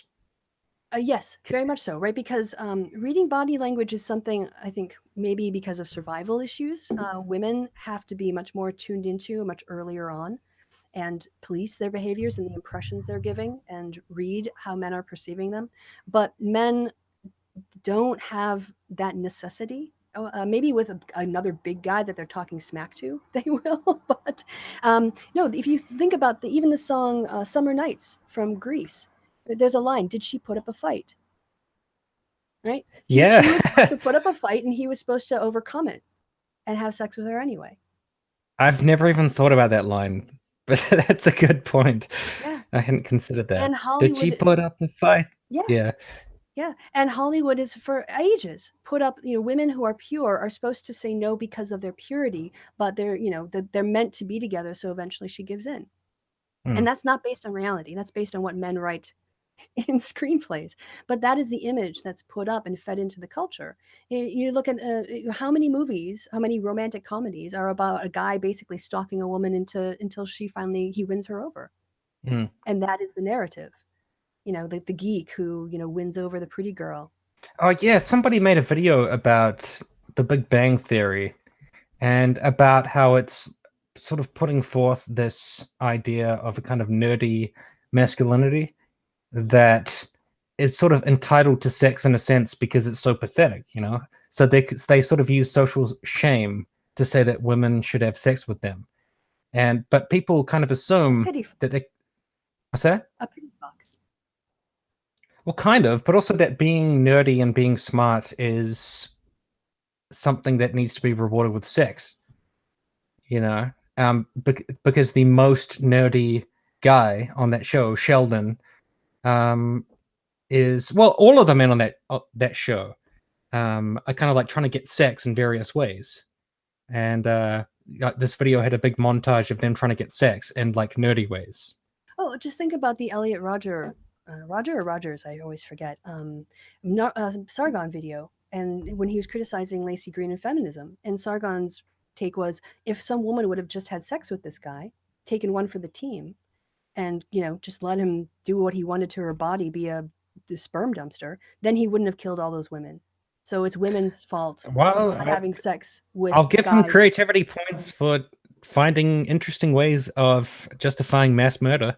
So, it's an interesting way of going about it. And that people are like, oh, it's his fans, oh yeah, women are to blame. If someone would just slept with this guy, he wouldn't have had any complaints. And Elliot Rogers too was saying, you're not sleeping with me, so I'm going to punish you for not having sex with me. I'm going to kill you. That was his rationale.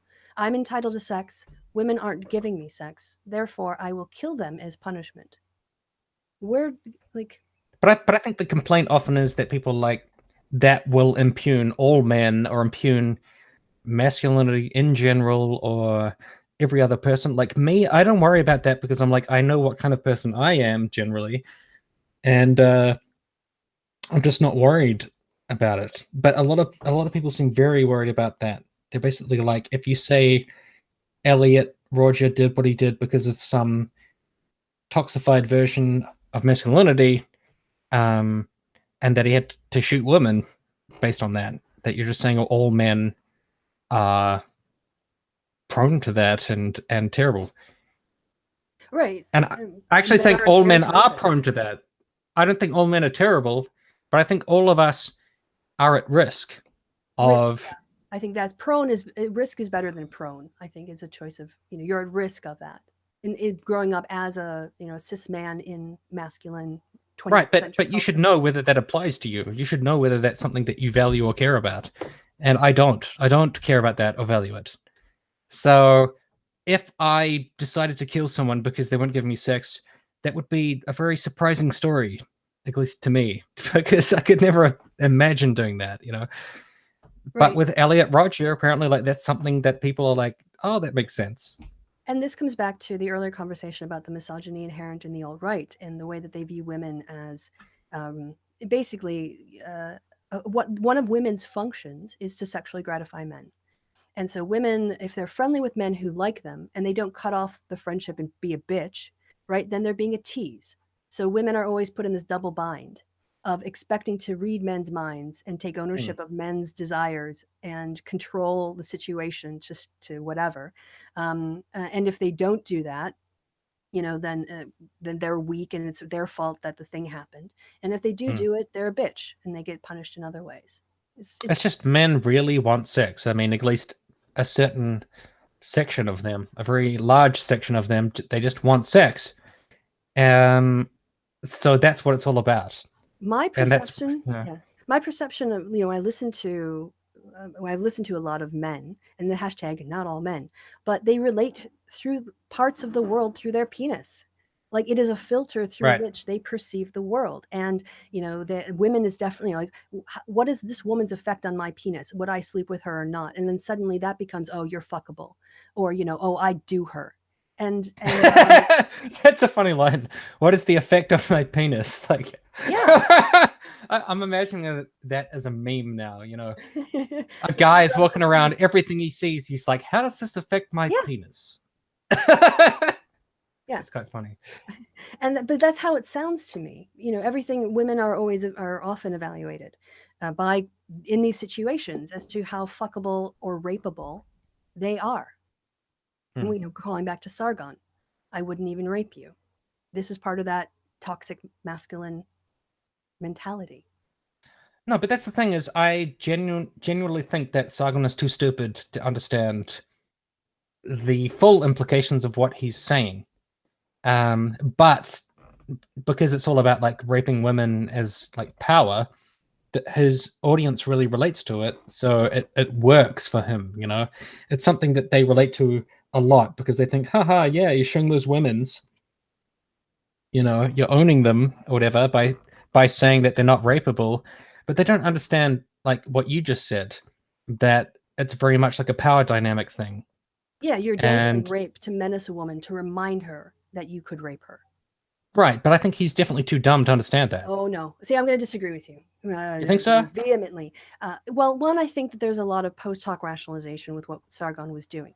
But Matt Dillahunty in his video on MythCon related, I don't know if you watched that from start to finish, but he talked about having a long conversation about humanism with, or like a 25-minute, hour-long conversation with Sargon at a party before the event. And he's basically, his point was telling someone I wouldn't even rape you is completely inconsistent with humanist values. But what he related about what Carl said was that Carl said that he thought about the wording of that tweet for like a couple hours and whether or not to add the even. And in the end, he decided to add it to it. And that's the tweet he put out. Now, he's also changed his story about why he's done it. He was at first he was saying it was to say he wasn't to make a point about free speech. And when you say you wouldn't rape somebody, which he didn't say, he said I wouldn't even rape you, and even saying I wouldn't rape somebody is fucking weird and creepy. That it was like a free speech issue and that he would be criticized for even saying that he wouldn't rape her. But of course, what he said was he wouldn't even rape her. He likes to always leave the even out when he relates his own accounts. The other thing is that he recently defended it by saying, well, she said some terrible things. They misportray what she was laughing about in a committee. Where her point was that the idea that somehow a body that's, 70% plus men don't have an opportunity to speak to men's issues on any or men's perspective or how any particular policy impacts men. They need an International Men's Day to have the opportunity to put those forth. She thought that was kind of a ridiculous statement when it's men who do most of the talking in Parliament. But he said because she laughed and she did this horrible thing, she deserved to have that said to her. So the narrative changes, and it echoes what his audience uses as a rationale for his comments as well. So that's why I think he knows. So you're saying he understands that was using rape as a cudgel against somebody? Definitely. From the start. Okay. But I think like I said, his story about his motivations and the context changed over time. He's not been consistent in what he said, relating his account of his motives for the wording of that tweet. Yeah, because his story about it is basically that he was saying rape is wrong and bad, and therefore simply saying that I wouldn't rape somebody should not be an offensive statement, right, but that people will read bad things into it, even though they shouldn't. Correct. That was his first. That's his story about what it means. It's basically like I can say something and everyone will get offended, even though it shouldn't be offensive. Right. Of course, and the thing is there that just bringing rape up to anyone, especially someone who has survived a sexual assault, and knowing that that person had survived a sexual assault and choosing the word rape. That's the thing. They hate context because it's their enemy. Yes. If you have to think about the implications of something you say, you have lost. So everything has to be removed of context. It has to be in a vacuum. You're basically in a shitload bubble where if you say something about rape, nobody reacts or has any kind of, feedback about it. It's just, it stands on its own. Yeah, you're meant to be able to slap someone in the face and then not have them react. Because when they react in being offended by your comment, then you pretend you're the victim. And your speech is being criticized. You just say, oh, all I said was rape was bad. But that wouldn't exactly be appropriate in every given situation. Like if you're in a job interview or something and they're like, so what is one of the great attributes of you? And you'd say, I think rape is bad. They would be like, okay, well, we'll get back to you. And then you leave the room and they'd be like, what the fuck? Why did he say that? There was also why? This is the wrong context to say that. It's exactly odd. And what we really haven't I think accurately labeled that tweet as is sexual harassment. And now, of course, rape is an act of violence, but it includes sexual penetration, and women are disproportionately the victims of rape. So when you bring rape up in an aggressive way to a woman, that's sexual harassment. Sexual harassment isn't just saying you look hot or you don't look hot. It is using sexual context to intimidate or pressure or somehow exert force over someone because of their sex, that other person's sex. Yeah, and also somebody you're currently in opposition to because you're fighting about something. It's not like they had a nice relationship where he's just like making some offhanded joke or something. He's like, we are fighting. We have a very like, damn it, what's the opposite word of magnanimous? Oh, ignominious? Well, or you could just say malicious. Malicious, I guess. Yeah. Ill-intended, an ill intention. Ignominious. I'm just going to make that up. No. That's a word. But I think it just, it's not the parallel of the first, but it doesn't really matter. I know it is. Ignominious. No, you have an ignominious relationship, like something. It's not a positive relationship. It's not coming up in the context of like, oh, it's a joke between friends, or it's just, it's something lighthearted. It's basically like, no, I'm going to purposefully bring up rape. Right. I'm going to introduce because I know it's going to fuck with you. Right. Because you're a woman and rape is something you fear, and I can antagonistic. Drop into somebody mentioned of sexual penetration. I think I'm going to stick with ignominious, and I'm just going to bring that up in every conversation I can because it's a good one. Got the pronunciation down fluently. Yes. But that it makes me sound smart. Yeah, it is a form of sexual harassment. And there was a tweet that someone made a poll. I would never rape Kristi, and Kristi would rape me, and Sargon, or something to that effect. And Sargon tweeted that out to all of his followers. I mean, are we supposed to be led to believe that somebody said I wouldn't rape Kristi is just saying that as a lighthearted, funny, nice, friendly thing? Yeah, no, they're saying that I wouldn't burn down your house, Kristi's house. Am I supposed to applaud you for saying? The reason they're saying that is I want to troll Kristi and I want to fuck with her and I want to annoy her, but because I am aware of the, past happenings with Sargon. That's why it comes up. But they want to pretend like nothing has a context, like nothing is part of a wider whole. And it's just not the way that just words, language, thoughts work. Yeah. Very much so. And of course, Carl very famously was applauded by his fans at MythCon when Thomas Smith mentioned, I wouldn't even rape you. To wild applause. And Sargon even pointed out to the audience and smiled like, hey, good one, guys. And that is, an endorsement of sexual harassment. It's an endorsement of using rape to menace a woman to make a political point. And people who excused that applause is saying, oh, what they were doing is applauding sort of the fact that Sargon was taking on this thing. He was using provocative speech to show his rights. What they're basically saying is they're applauding, they're showing their approval of the use of sexual harassment against women in social media. And you're okay with them applauding that even if you think that's their motivation, you're still saying all they're doing is applauding the use of sexual harassment online. But I think that's justified because it's part of the wider message of taking on the social justice warriors. Taking on the social justice people is basically characterized by just saying offensive stuff, saying insulting things. Yeah, and it's to get a reaction out of people and then when you get an emotional reaction, you've shown that they're motivated by their feelings and that they're irrational and weak, and you won. You've been successful. Yeah, and earlier I was watching Bill Maher have a conversation with like Jordan Peterson, and the first sort of like 5 minutes of their conversation was entirely about how, you can't be political. You have to be politically correct these days. You can't say insulting things. You can't just say like something mean about this, that, or the other group because people get so offended. And I think what they're really saying is we don't want any pushback for anything we say. We just want to be able to say whatever we want about people and not have anybody complain. And I don't think that they appreciate the freedom of speech of the people who don't like them and who say, we don't like what you're saying. We don't like how you're fucking with this or that group. and acting like they're a bunch of freaks, and we want to boycott your show, and that's part of freedom. Yeah, but they cannot deal with that. They cannot deal with people boycotting or protesting or saying, we don't support you and we don't want to applaud your offensive jokes. They can't stand that. They can't deal with it. The rejection. Yeah. They want to be able to. Yeah, they want everyone to be like, oh, wow, you're so impressive because you ragged on trans people. It's so good. Yeah.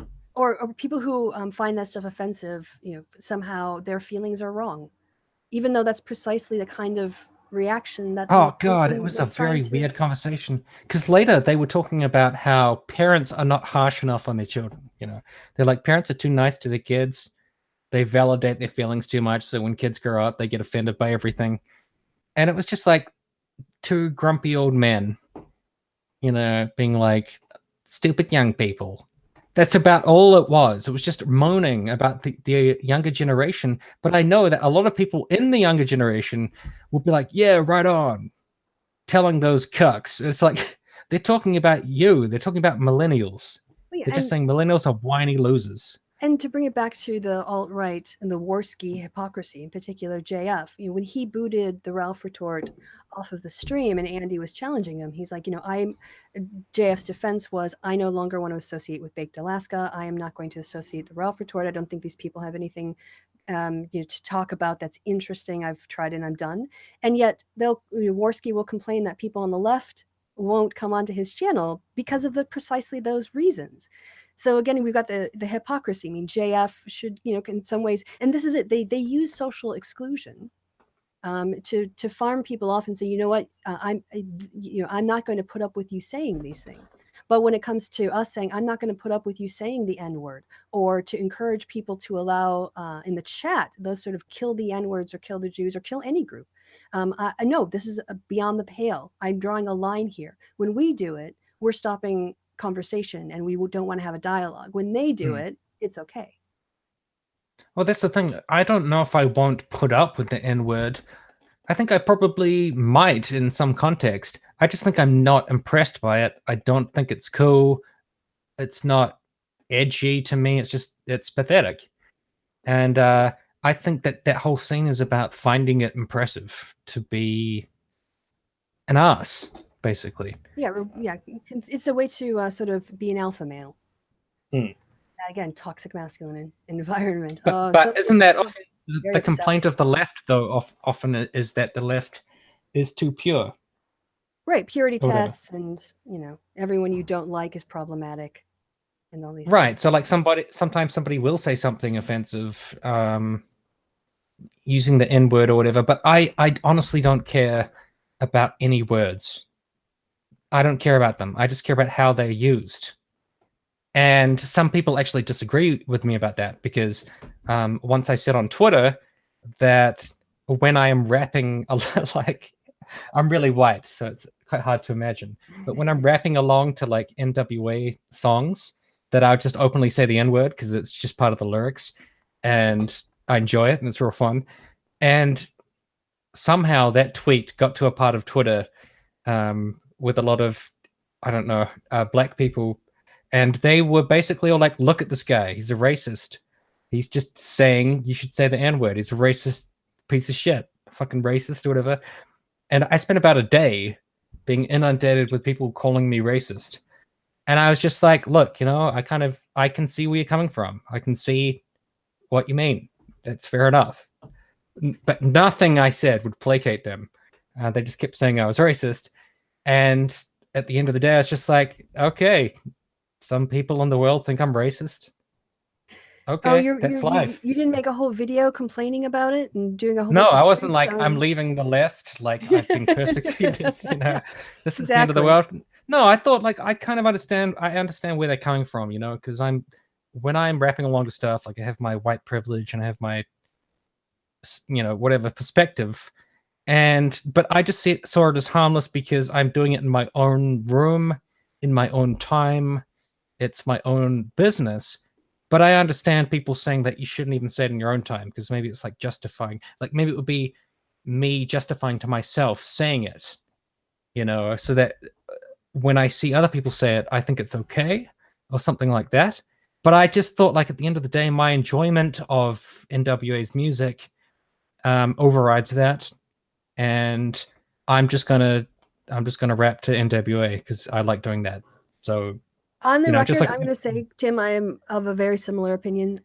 For instance, like Beyonce song "Sorry," and she's got the N word in there. And when I'm in the shower, or like when no one else can hear me, I'll sing along. I don't not say the word because it's part of the song. And like, yeah, I'm not in this case. I had a conversation with a friend, and she's from India. So she's not coming from the African American experience, but we were talking about the use of the word and normalizing it in some communities, and then the whole, white people can't say the word, and can you ever say the word, even when you're by yourself.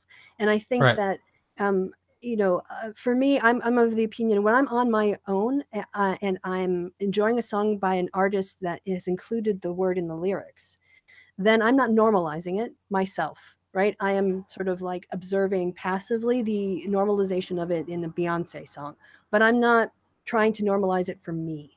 And so I think, yeah, I'm not going to censor myself in singing along in a song when I'm alone. I just think that's kind of, But I agree with you on but I that. think like they would argue that you're saying it's okay in a certain context or something.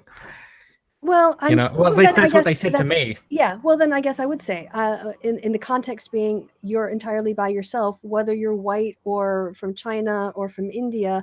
I think people in their own privacy can sing along and to do what they want. Yeah, or a group of people, of friends or whatever. So anyway, but so no, I would agree that asking people to remove it entirely is a step too far. But Well, yeah. on the other hand, I would also never say that nobody should use it. That's the other extreme, right? Is to say, not even African Americans, not anyone of Black descent, they shouldn't use it either, right? Lady Columbia just did a fantastic video. I'm going to shout it out. You should go watch it, about a sort of interpretation of British colonialism. And she uses the word regularly. And when she's using it, the context she's using it, the patter it creates in the speech, in the prose that she's using, it all fits and it flows. And I would never think to say, that's a bad word in any context, therefore you should not use it. I Oh, completely understand that. So I think that, yeah, context well, you know what does I've matter. realized about like the N word, not the actual word, but when you say N word. Right. Um, for me, I use N word when it's in a context where I could not justify its usage. You know, I could not justify saying it right now, so that's what I say.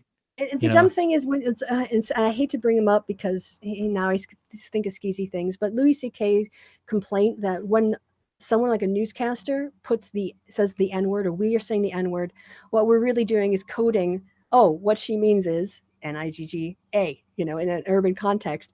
And now I'm thinking of that word. You're putting that word into my head by using this code. It's kind of like the difference between, using it's not at all similar, but there is a parallel to using Black or African American, when colored became socially unacceptable and became people of color. You use right? different. So it's basically the N word is white people's way of saying that word, or at least indicating, not saying the word.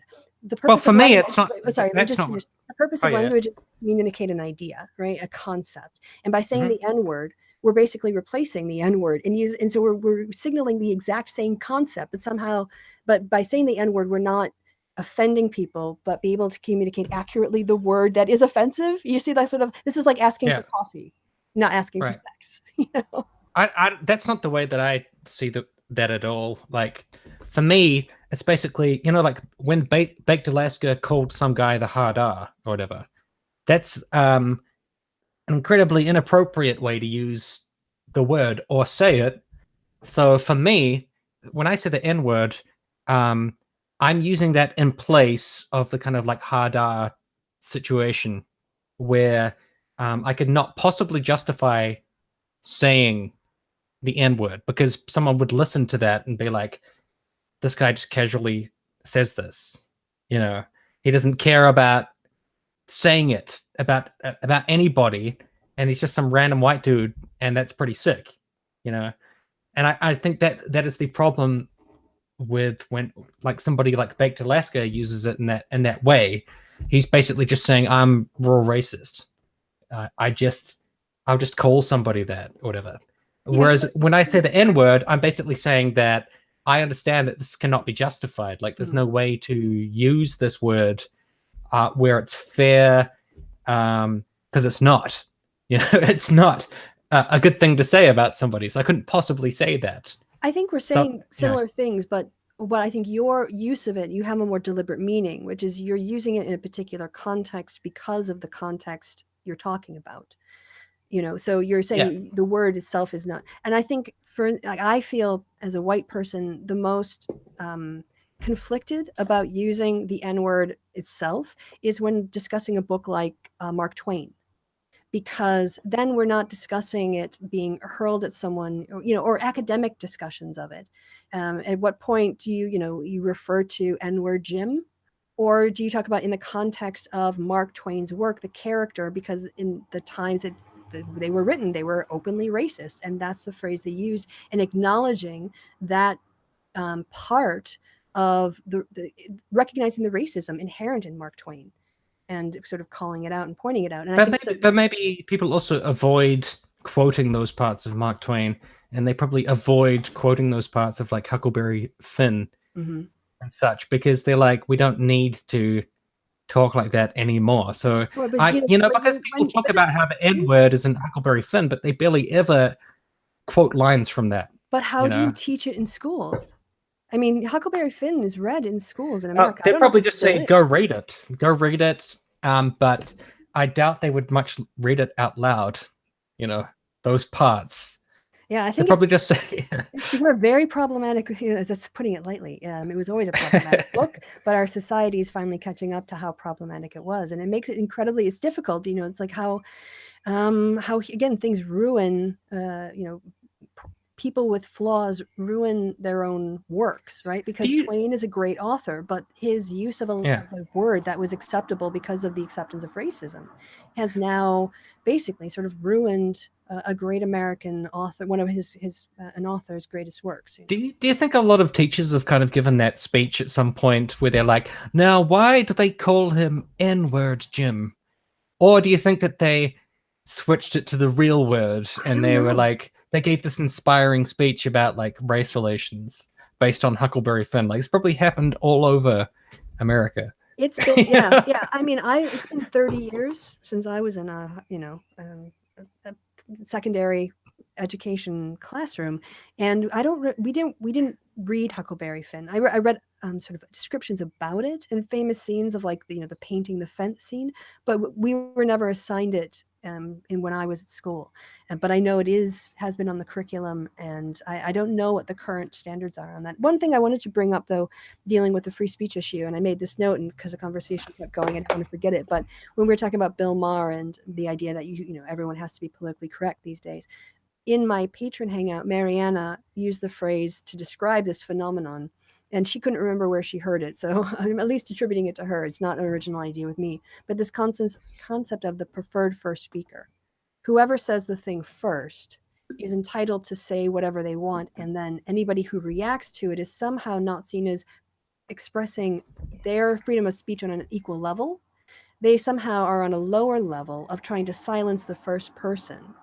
So their status relative to the preferred first speaker is seen as being of less, their speech is being of less value, and also in their reactions they're seen as being censorious. And it's a very insidious concept that people will buy into. They'll be more offended at an offensive reaction than to a joke that doesn't impact them personally in any meaningful way, and recognizing the offense that it caused. And I thought it was a very useful concept. Interesting. So, we also had David Smalley on the rundown, but I don't really know him. And also, I have to be real bad. Okay, do you want to take should we take a 2-minute break, or you want to run quick? Because I did want to do the Smalley thing very quickly, and then we can wrap up. Yeah, and you can also explain what it is, because Yeah. it's funny. We kind of like going in order of things I know the most to the least about. Well, good. Then I'll talk more at the end, and you talked more at the beginning, so that works out. Cool. So I'll pitch my patron hangout if you want to run away from the mic for a little bit, and then we'll continue when we get back, and then we can wrap up because we've been going for almost an hour and a half. Go, go. Well, yeah, hey there, everyone. So a couple things about my channel. First of all, my content is going to probably be sporadic from now until the middle of June because I'm hosting my dad.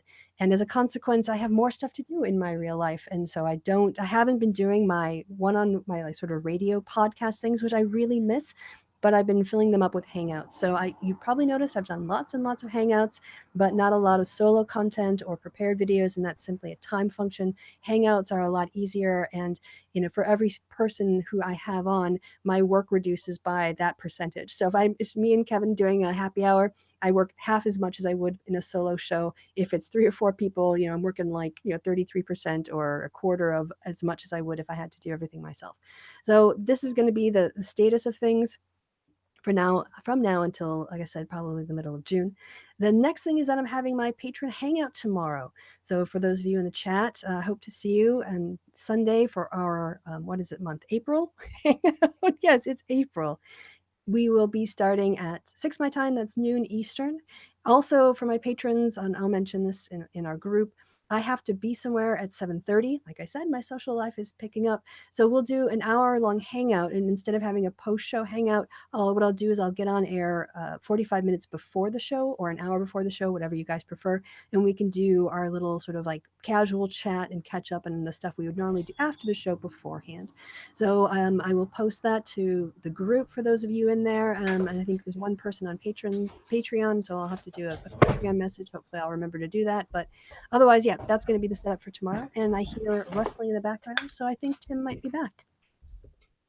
Is that you, Tim? Hello, you're back. I've returned.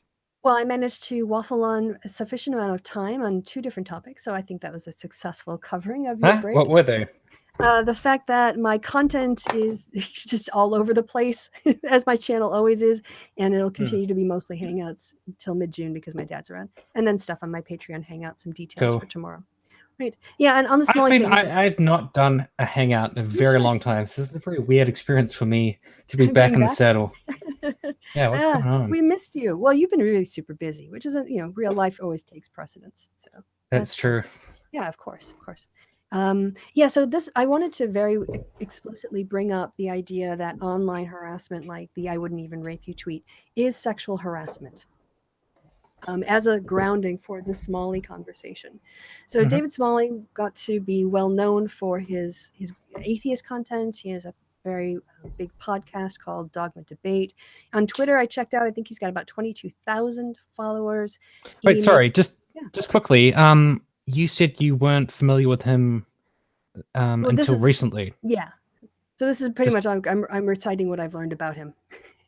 Oh, okay. I just wanted to ask, like, how much you already knew of him. Yeah, I haven't listened to a ton of his content or anything. I know that he appeared with Seth Andrews, but I haven't done a ton of I didn't follow his content. I was sort of vaguely aware of his name. I know that I remember Steve Shives having complaints about him.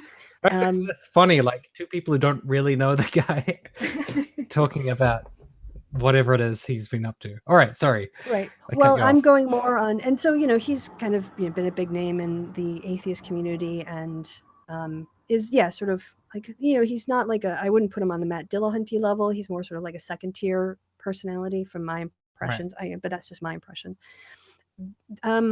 He was one of the people who said the audience wasn't applauding "I wouldn't even rape you." They were applauding, for instance, they were doing it to clap back at sort of Thomas for being aggressive, and that justified it, or they were doing it because it was provocative and they were sort of encouraging. Because he was bullying everyone in that place. Right.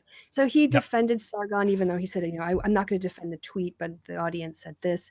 The other issue that came up recently, people criticized him for his response to the Krauss allegations. His Facebook post was not really about the victims or the accounts or the credible accusations in any detail. It was more about his publishing schedule with a book and knowing Lawrence Krauss. So people criticized him for that.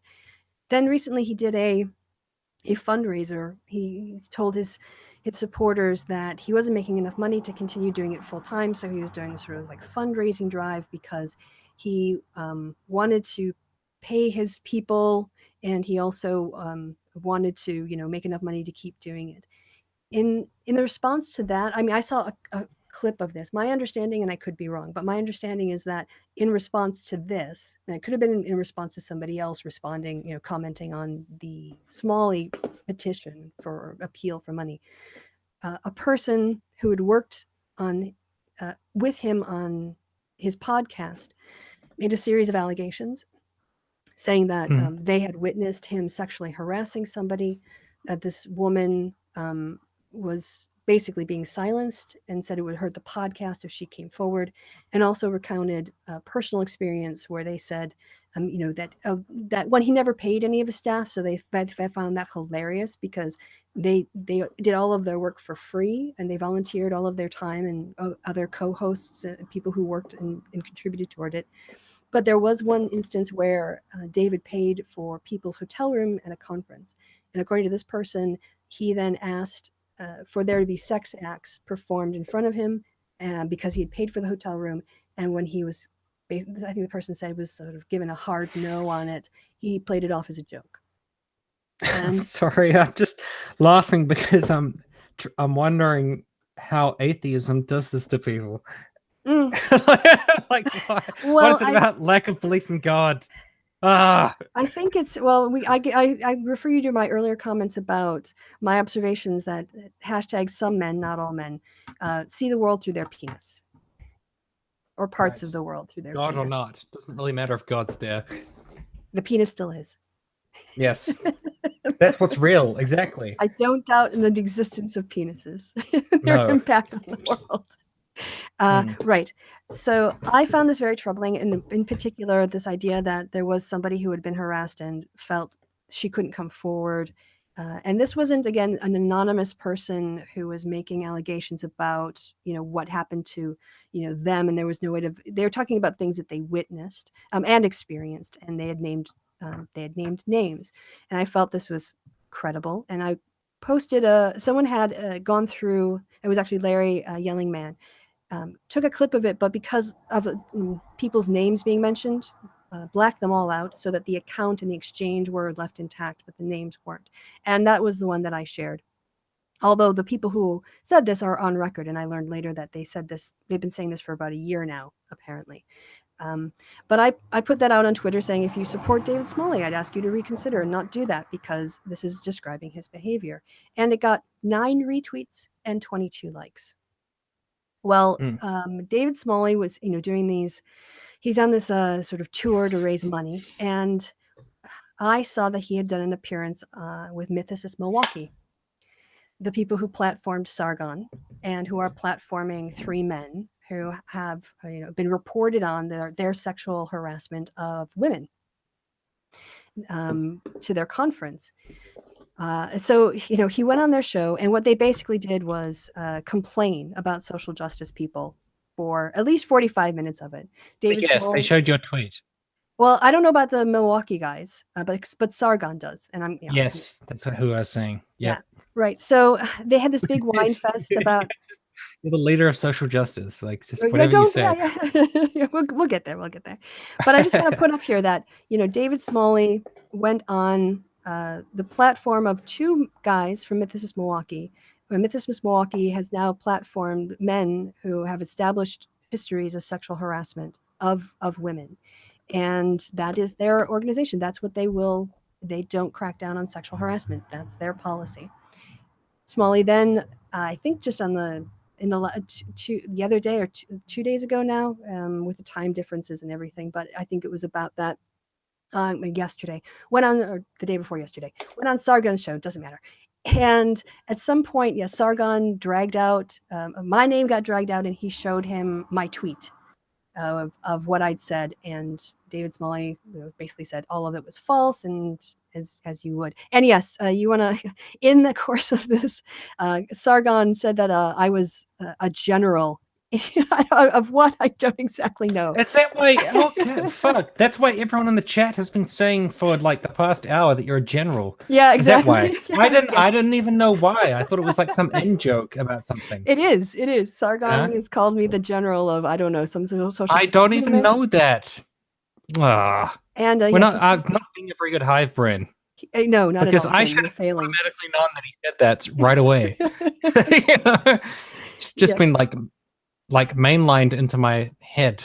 Yeah, The Kevin instant did he do said it. inside a Facebook post. He did do the timestamp because he asked me, "Did you see this?" Because he was saying, "What are your orders, General?" And I was like, I just thought he was being silly, but yeah, Sargon actually calls me like or refers to me as a general, and that I'm not good at my tactics, Congratulations. but I'm being very tactical. And he's known me for a long time now, and he knows that I'm being methodical, but I'm not good at it.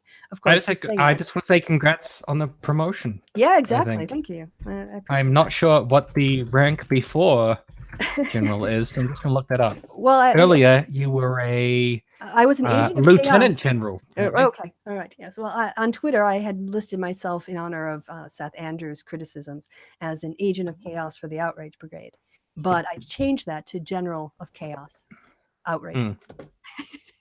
I think I'm basically just I am a private because it's the lowest. Or a gunner. A gunner's pretty low. I'm a gunner of social justice. Yes. So I've already said, General. that now not only am I a supervillain, I'm, according to Noel Plum. Did you see that as well? Nope. I have not been watching any of this crap. Clearly. So... Right. Sorry. About a month ago, PZ Myers was on this channel with Kevin doing a happy hour as a guest, which we were going to do before Kevin got the times wrong and is too hungover to join us. But we love you, Kev. We hope your head feels better. During the course of that, PZ Myers. Look, I didn't even know people talk to PZ Myers in circles that I am somewhat a part of. So this is how out of step I am with the brain trust. Yeah, you've been in real life so much. You've been deep. I feel like I don't fucking fit anywhere. I don't fit with the fucking Bloodsports, with the brain trust. I'm a bit out of step. I think I just belong to me. All right, go on. Sorry. Right. During the course of that, PZ related the moment that he feels he started to break with the atheist community, which he said was when he criticized people who say atheism is for all people, dictionary definition of atheism, that it is merely the lack of belief in gods. And he said, I don't think that's sufficient. I think that's a statement, but it's not a position. It doesn't inform your life at all, or whatever he said. You can go watch it. In fact, do go watch it. Go check on this channel or on Kevin's channel, in fact, because he is a mirror of it. But Noel Plum did a response video saying that the three of us, he put our faces onto Batman supervillains and put us, the three of us, in his thumbnail, and was going off on PZ about he's trying to impose a bunch of things onto people when he says that the dictionary atheism definition is insufficient. And I wasn't in this. Nope. That's why you no don't know fucking about love. No love at all. Like when everyone's going on about how fucking evil SJWs are. All right, people. I'm barely ever involved. It sucks. Someone go tell Noel Plum, because I cut Noel Plum off ages ago and I just have really no interest in dealing with him. But tell him that Tim wants his attention. Tim's thirsty for a little NP action. And what Tim wants is some sort of supervillain character and a 40-minute screed making very vapid points about why Tim is wrong. Please, somebody notice me. What people think of the Tim. Exactly. Right. So getting back to Smalley. Carl pointed this out to him, brought this to his attention. And in the morning, this tweet went out on the 10th of April. And the 20th of April, I get a response from David Smalley saying, correction, this is all lies. And I'm like, well, this person says this happened. You should retract it. So he basically started to kind of like give me hassle about the tweet and tried to get me to take it down and saying that it was a lie and that I was defaming him. And I replied back, you have this person has their account, you have yours. You're saying they're lying. That doesn't necessarily mean they're lying. In this case, it is a he said. And in I'm guessing I've got the name that I've seen has been blocked out, but I'm pretty sure that it was referred to as a he. Just suddenly I had a moment of crisis of confidence. But anyway, and this account, it's got a lot of details. It mentions specific things. It's not an anonymous person making vague accusations. These are sort of specific instances. And so I was like, this is, like, how can you make these accusations evidence? I'm like, well, this person's relating of what happened to them is the evidence. And he wasn't very happy with that. And I just think, basically Sargon pulled the wool over his eyes. I have 7,000 followers on Twitter. The thing got, what did I say, 22 likes? He's got 22,000 followers. And he really just is like, if that's how he wants to spend his time, chasing down everyone who criticizes him or trying to bully me into not relating something that I think could be the basis of another BuzzFeed article, then yeah, he can criticize me and do that. But what he tried to claim is that he opposes sexual harassment. And so he would never have done these things because it's out of his character. And I pointed out that he went on the Mythicist Milwaukee program. So he's hanging out with two guys who have platformed sexual harassers. They're okay with it, and he's okay going on their show. He's also defended the people who have applauded sexual harassment, even if they're saying that he's not saying that I wouldn't even rape you. Is they're not applauding that. Applauding the use of rape is sexual harassment. So he condones sexual harassment in that way. And then he appeared on the channel of Sargon, who is engaged in sexual harassment. And they just bonded over how much of victims they are and how wrong everybody is. So don't try to tell me in a tweet that you oppose sexual harassment when I look at your actions and all I see is you covering for sexual harassment or associating with people who condone sexual harassment or who have actively engaged in sexual harassment. So your veracity, Smalley, is called into question with these charges and allegations because of your behavior. That is a valid conclusion based on how he has acted and what he has given his approval of tacitly by associating himself with.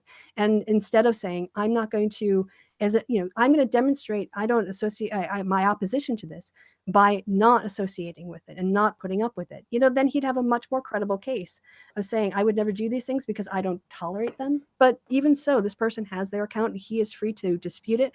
But the idea that this shouldn't be said because he says it's a lie because he wouldn't do it, I don't think that's sufficient. Well, I just looked it up, the David Smalley situation on YouTube. I'm looking here at the SJW Inquisition targets dogma debate. Yes. And nobody expected the SJW Inquisition. No, but the thing, because I don't know very much about the situation, did Sargon really know much about David Smalley before this? I can't know what Sargon knew. I haven't watched the whole thing to see if he talked about when he became aware of Smalley or how much of Smalley's content he's consumed. Before all of this happened, there were accusations against David Smalley for sexual misconduct, right? So there were things that he had done. Well, I understand, at least for this particular one, someone in the reactions, or he said that this has been said for a year, that this person, and one of the things, by the way, I should say in terms of reporting it, is that when he tried to tell me that this person was lying, he said that they were let go or whatever, told not, you can't really fire them because they weren't being paid. But anyway, that because they said things that were offensive. And the reason, and they were let go or disassociated with because they said offensive things. Well, that's sort of irrelevant to the recounting of the story because they weren't fired for lying about something. Right. So he's trying to use the sort of defamation of character to say you shouldn't believe what this person is saying because once they did things that you should disapprove of. And if you then take the word of somebody who has said these bad things, you are basically victimizing him. Sorry, but I'm just asking, did David Smalley do sexual misconduct? I not that I am aware of. I've heard, like I said, I've heard people, I've never heard that before. The first accusation that came to my attention was the one that I read underneath the responses to people who were responding to his request for more to Patreon donations. I know that people were upset with him. So it's not like a Michael Shermer situation where there were accusations. Okay. This is the first time I've heard that, but that's not to say that because I don't know him that well, that there's nothing else out there. There very well may be. This is the first thing that I saw a person testify to themselves. All right, and what was your tweet? I'm just so out of the loop. if you financially support David Smalley, I'd ask you to please reconsider these pics describe his behaviors. And then I had the name edited, or the names blacked out pics of the exchange. Actually, Kevin and I read it out in our last happy hour. We put it on screen, and that was on April 10th. Sorry, what was the exchange again? You've already told me, but I have forgotten. Yeah, there was a Facebook post of somebody who was a co-host on the show or appeared on the show on a regular basis, and they were saying, in reaction to him seeking money to pay people and to also have enough to continue the podcast, that they'd never received money, and they actually laughed out loud at the idea that he would pay his staff. And then they related the story about the sexual act, and they related this. Someone else reacted, and they also talked about how Smalley had been sexually harassing a different person on the staff and made her feel uncomfortable, and people had encouraged her not to speak up or say anything because it would make the entire podcast look bad. But they were hoping too, now she would feel more safe coming forward and relating her experiences as well. Oh, okay. So there was an accusation of sexual misconduct. Yes. Sorry, yeah, both witnessed and experienced personally. That person. Okay. Oh, cool. Okay. I was trying to figure that out because I was trying to figure out why Sargon was talking to this guy. Because Sargon doesn't care about unless it's sexual misconduct. He doesn't care about that. No. Why would he give a shit about anybody harassing or doing anything of any kind? He would never talk about that. And that just makes me think the only reason he's talking to this guy is because I guess you tweeted about him. Right. And said something that Sargon didn't like about it. So he's like, all right, I have to have this guy on. We have to bond over how SJWs attack us.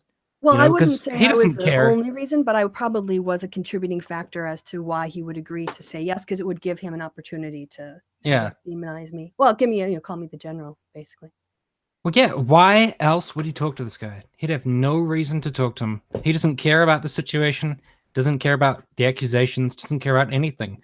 But the moment that some SJW person says something, he's like, I got to have him on. Got to talk to him.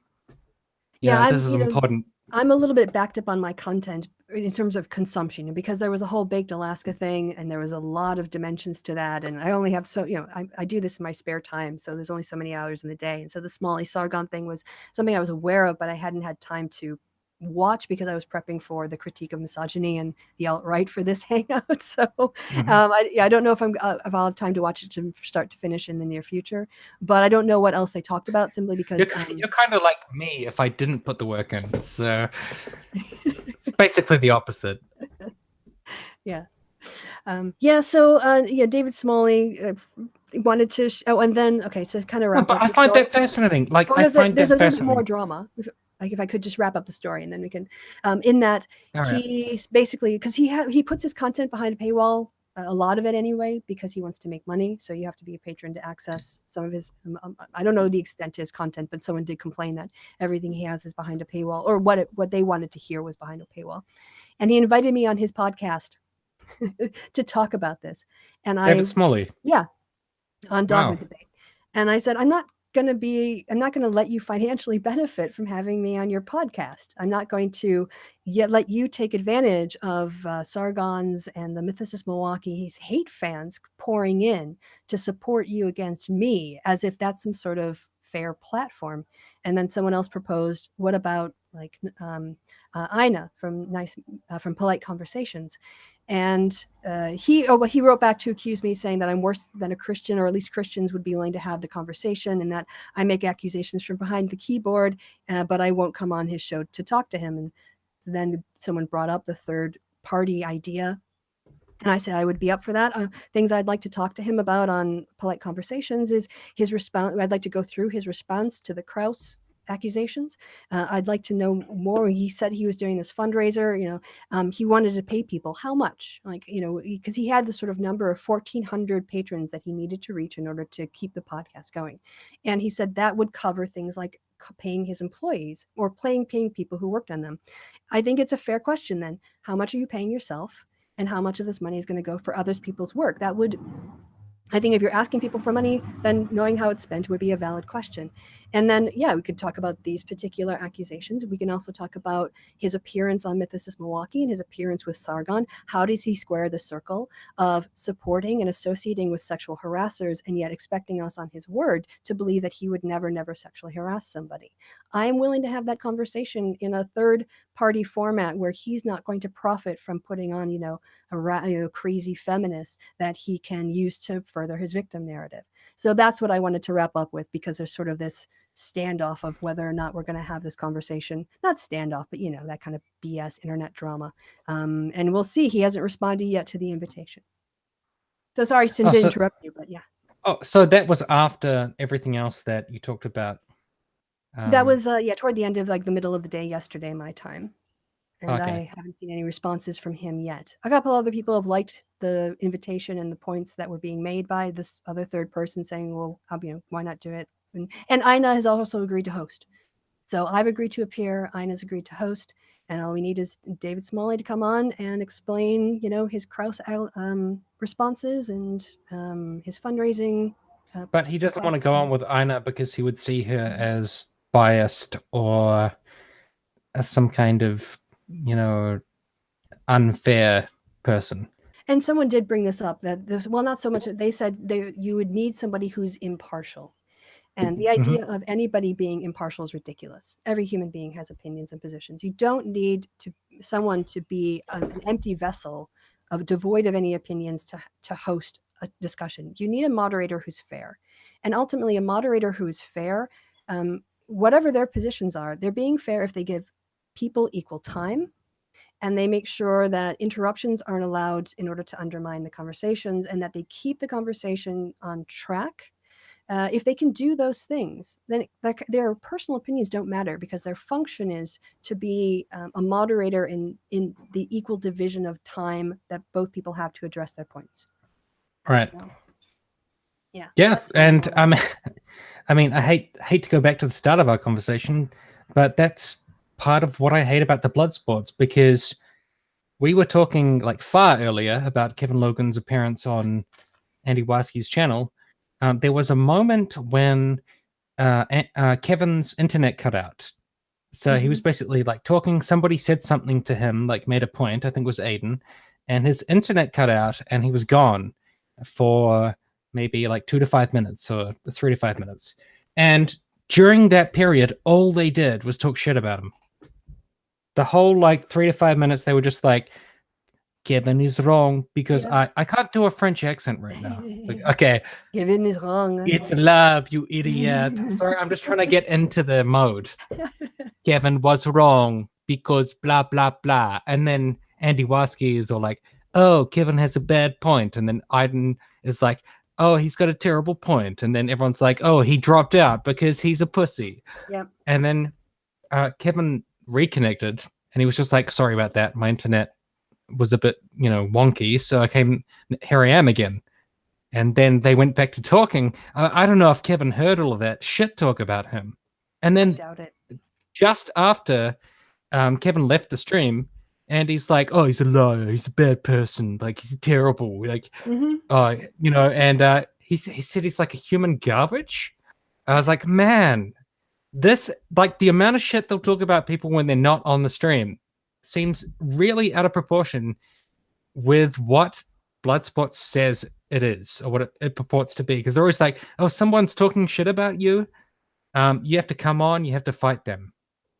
But it doesn't seem to apply when someone goes on Bloodsports. Like, if an outsider goes on Bloodsports, they just get all of this shit talked about them behind their back. Yeah. Although, of course, sorry, Kevin weren't there. They would have just been talking shit behind him without him even having a chance to, present anything. I think it was the right decision for him to go on. I kind of encouraged him. Oh, this is also really weird. I don't think Coach Red Pill will be back on my channel, not because of anything I did, but when Kevin and he got into a Twitter fight because of what Kevin had said about the Holocaust denial, that the Aiden Paladin, or Aiden, is that her name? Yeah. Coach Red Pill like tagged me and the Bronx blogger into a DM telling us to get Kevin on a leash, and if we didn't, he was going to get stomped. And I was like, "What the fuck is this? What does that mean? He's gonna get stomped. And I was like, I'm not the Twitter police. I can't go and tell Kevin do this or do that. Like, who's gonna stomp him? Like the gods of the internet? And then he said, and then he just started accusing us of. He basically pulled a crowd. You're just like him. You're a liar. You're saying X, Y, and Z when we're saying like, we can't police Kevin, and so I doubt that he'll come back on my channel now, which was kind of sad because I think I did pretty well in our last conversation. There's some points I wanted to follow up with him, but he really pulled a crowd out of nowhere. And when he indicated that they would be talking about Kevin on the Warski stream, because Coach Red Pill said, tell your dog to get on a leash. I felt I could go and tell Kevin about it because you're the general. I am the general. So that's why he's your dog. Like, basically, right? Because Sargon promoted you, so I'm gonna have to go into my Hamilton instrumental soundtrack and have people do the line "Here Comes the General" from the George Washington song, and have that as my intro now. But so I told Kevin I thought he should go on the show to defend himself, because in those situations, if you're not there to defend yourself, they create a narrative about you, and that narrative then becomes the truth in their world. And at least, so I know that Kevin said he didn't have any interest in appearing on Warski that much anymore, if I remember correctly, because of the stealthing thing.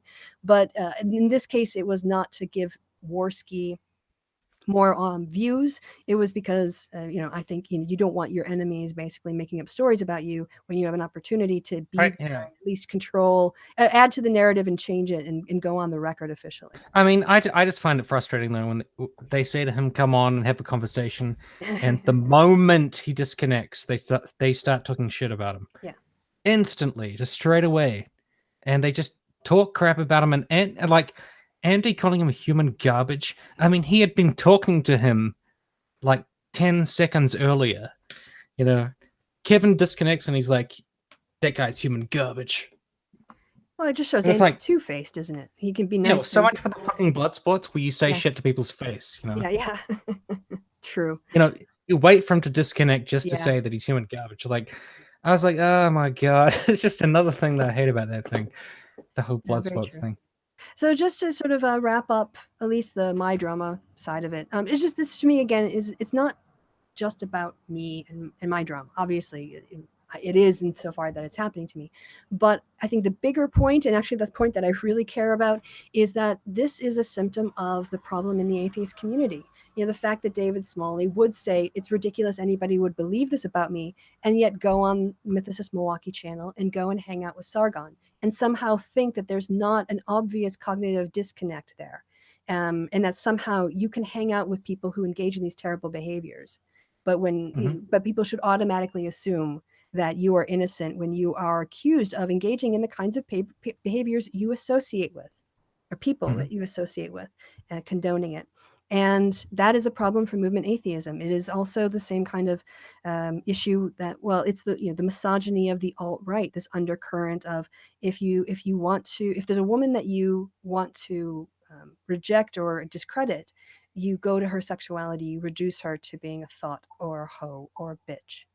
But wouldn't he see the Sargon channel as just a way to get publicized, a way to get more attention? Oh, precisely. Yeah, agreed. Yeah. These guys are mutually beneficial, professional victims in this instance. Sargon it'll be like, this guy has a lot of subscribers, so I should go on there. Right. That's mutually like introducing their audiences to each other. Definitely. And bonding over the fact that they're being so oppressed by these social justice warriors who find Sargon's sexual harassment to be unacceptable sexual harassment. Right. And, so it's marketing. It's a marketing move. Mm-hmm.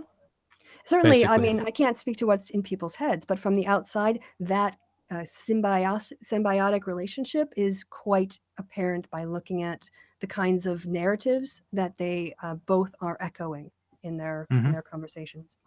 Because Smalley was the one who went on with Seth Andrews to sort of complain about the outrage brigade and there being people claiming that there were going to be a bunch of Nazis in front of the Mythos Milwaukee event.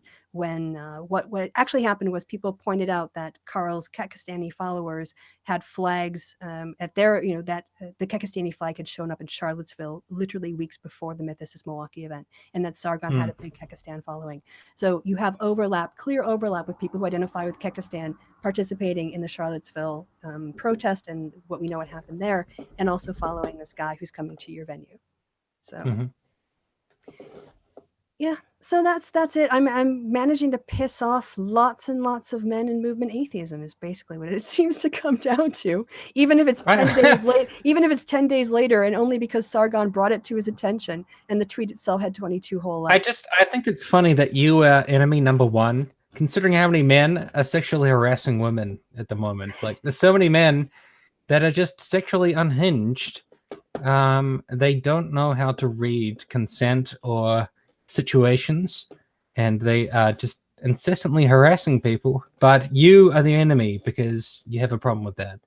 Well, how fucking dare you? When I challenged Smalley on the incongruity between him being offended that anyone would think it's conceivable he would sexually harass people, and him then appearing in they are such fucking snowflakes. And Sargon, he didn't answer that question. When I posed this, like, how do you square the circle between your behaviors and what you're saying? Instead, he moved to personal attack. It was a very Trump move. When somebody wants to criticize something Trump has done, you make a personal attack to get them off their message and to put them on the defensive because you don't want to admit to the point they're trying to make. And that's the behavior I observed in him. Yeah. And that's also part of how people silence MeToo. It's how they keep the status quo.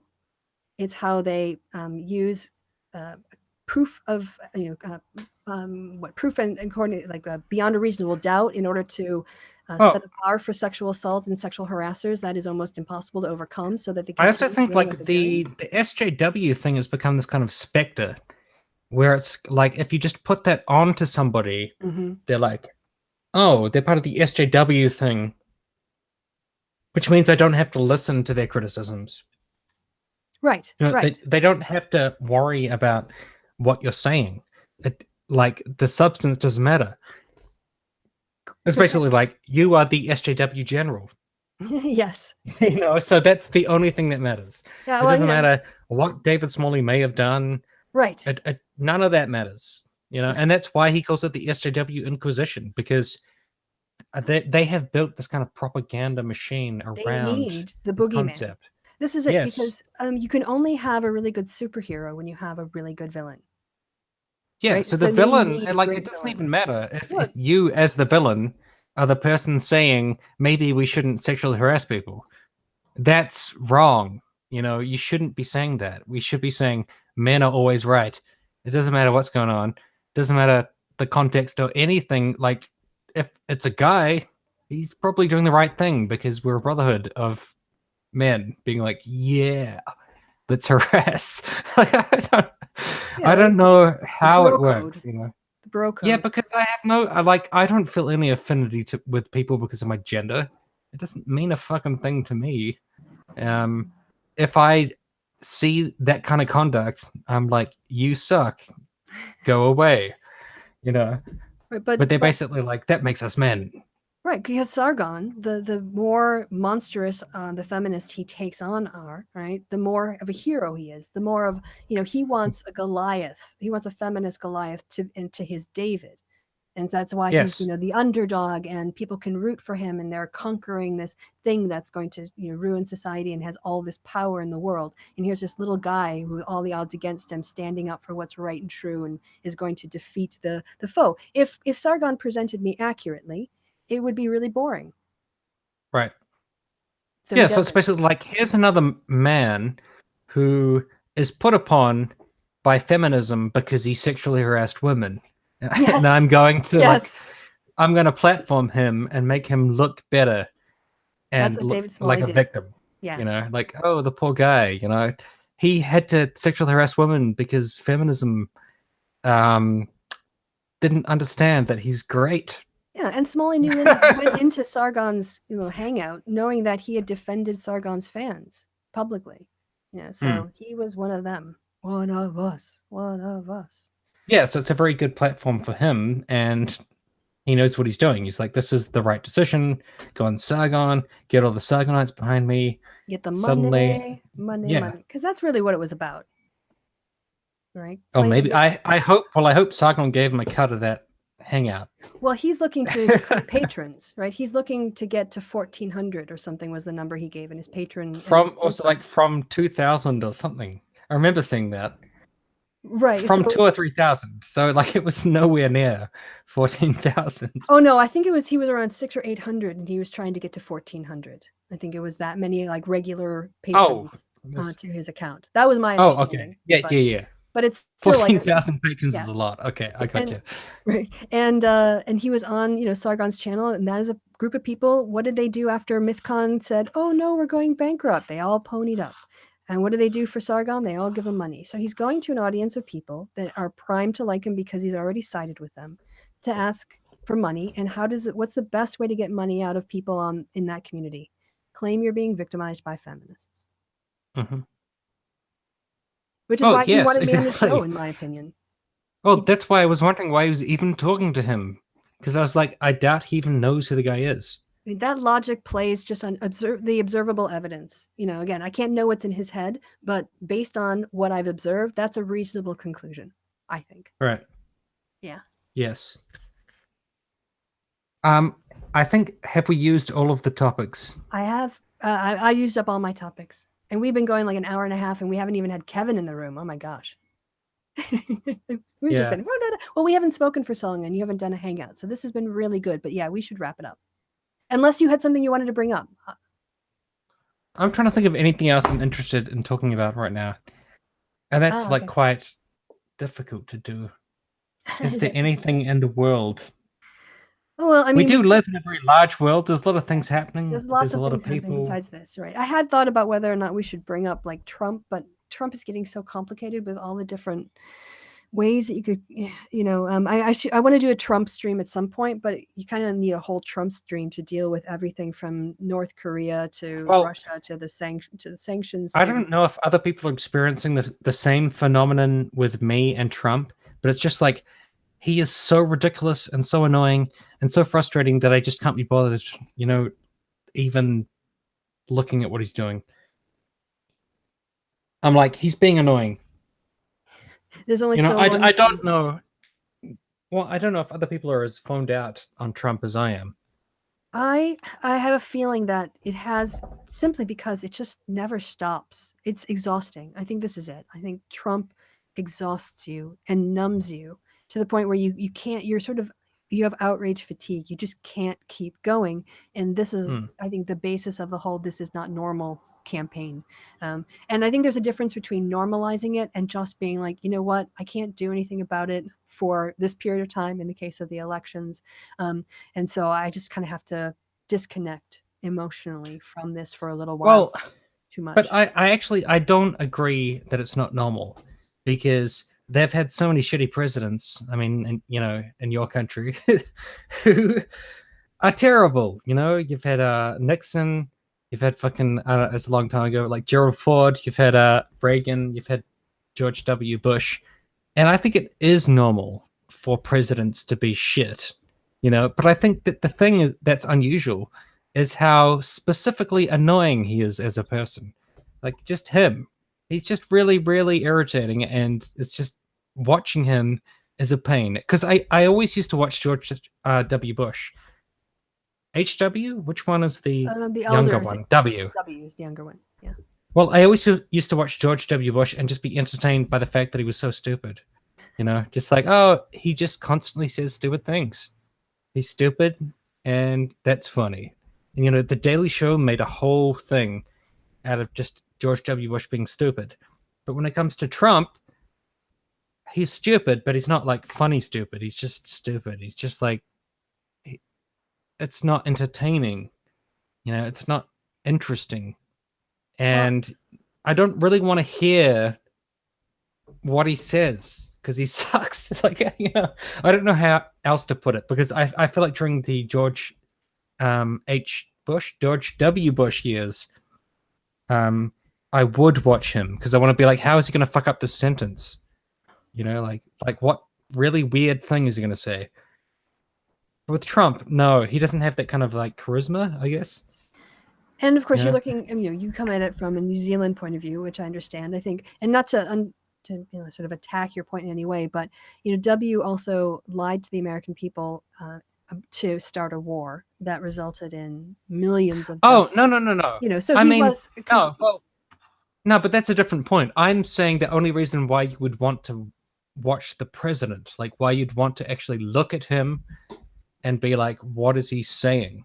I would want to look at George W. Bush because he's so stupid and he has such okay. like dumb I sentences see. and stuff. Okay. But in terms of like him starting wars and being atrocious, like, oh, absolutely. It's Yeah. terrible president. Yeah. But I think Trump is in a slightly different category from Bush or bad presidents like, Nixon or people who lied to us about what was happening in Vietnam. Johnson, I think. The difference with Trump, okay, so they were bad presidents because of the policies they enacted and using the powers of the office of president. Trump is very different to me because he's actually doing damage to the office itself and making bad policies.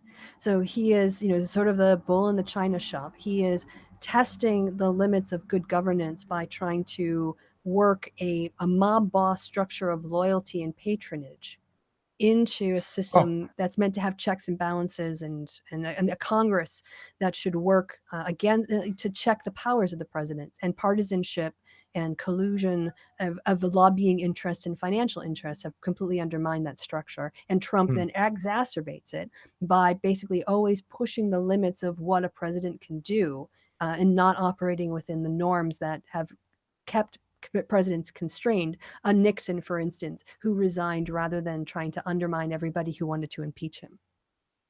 Well, So, I have one question for you. When you say undermine the office, like what do you was that the first thing you said? The dignity of the office or something? that probably is something I've said in the past. What I mean is, No, sorry, Trump. what did you just say just then? You said something about the office. Yeah, well, whatever you kind of remembered sounded right. The actual whatever it is, the credibility, the dignity, the Right. Well, I think George sorry, W. Bush did that to a massive but extent, like just by being so joke worthy, just being like such a farce right, as a but human being. It made like seriously, when I was growing up, and this is like I'm not talking bullshit. When I was younger, Bill Clinton was the president, and I saw the presidency as something kind of impressive. I thought, like, wow, that's like the president, of the United States. The president's over there, he's doing his president thing. George W. Bush totally decimated my concept of what the president was. I was like, oh my God, the president can be a moron. The yeah. president can be worthless. I didn't know that. Let me give an Because example. when I saw Clinton, I had no idea that the president could be flawed and Right. be shitty, just as a kid. Right, sure. Like a Yeah. superhero, well, a sexual and harassing one. Anyway, I didn't. Well, I saw all that sexual harassment stuff, but it was just I didn't get it. I didn't understand what was going on. let me give you an example of Bush acting presidential. At the end of his presidency, Dick Cheney was putting a lot of pressure on W to pardon Scooter Libby. Do you remember who he was? He was the one who was found guilty of perjury and in association with the outing of a CIA agent, Valerie Flame. Yeah. Flame. W commuted his sentence, but he would not pardon him. And that was a source of great conflict between Cheney and Bush at the end of his presidency, that Cheney really wanted Libby pardoned and Bush refused to do it. And I think he did it because he didn't want to set a precedent for other presidents. And he was thinking about himself in terms of history. Now, last week, Donald Trump pardoned Scooter Libby. Why? Well, the lawyer that he tried to hire for his case represents Scooter Libby. And I believe that Jim Comey was involved in like some aspect of or Robert Mueller or Jim Comey, one of the two, were involved with like the process of the Scooter Libby investigation. And Trump wanted to discredit that part, the whoever that was, Comey or Miller, I can't remember, sorry. And he wanted to do a favor for his lawyer friend. That's what I mean about the difference between degrading the office. Trump now, like the Joe Arpaio, the Sheriff Joe pardon was entirely political. This Libby thing was entirely political. Trump is acting like a king that you petition, not like a president who has the power of clemency and the power of the pardon, and wields it in a way that is presidential. And that's an example I can tell you that sort of is the distinction between how those two idiots operated. But aren't you kind of talking as someone who is hyper aware of the actual technical abilities of the president, like what the president can actually do and what they should do, you know? Yeah, very much so, insofar as I think that the norms of the presidency, when we're used to seeing a president who speaks words that have been chosen for a reason, who presents a specific image of America. And when we get Trump, we just get Trump in the White House. He doesn't, the office of the presidency doesn't change him in any way.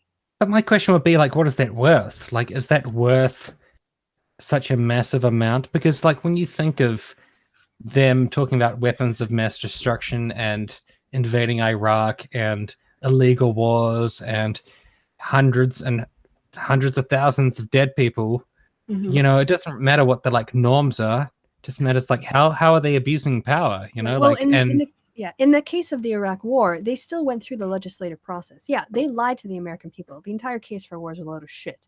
But they still went to the UN.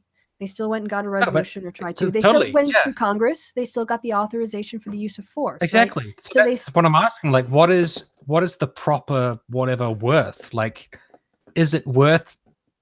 You know, because so far in Trump's reign, he's terrible garbage, and he's probably going to do something horrible. But he hasn't killed as many people as George W. Bush yet. You know, he hasn't done that. I would say it's not quite a good comparison, because done a lot of drones. Yeah, it's not quite a good comparison, but it's like whether or not you think the ref is actually following the rules, or if the ref has got a position on a side and they're favoring one team. It's about the credibility of the person exercising the power. And again, a ref isn't a perfect analogy to the office of the president.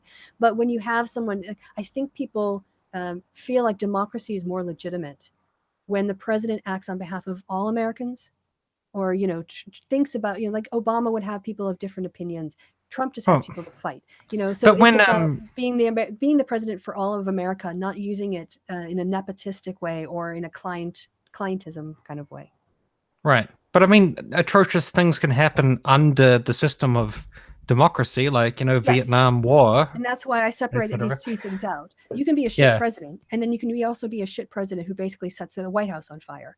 And that's a different kind of bad, but it's not equivalent to just being a shit president. You know, you could still have the White House standing.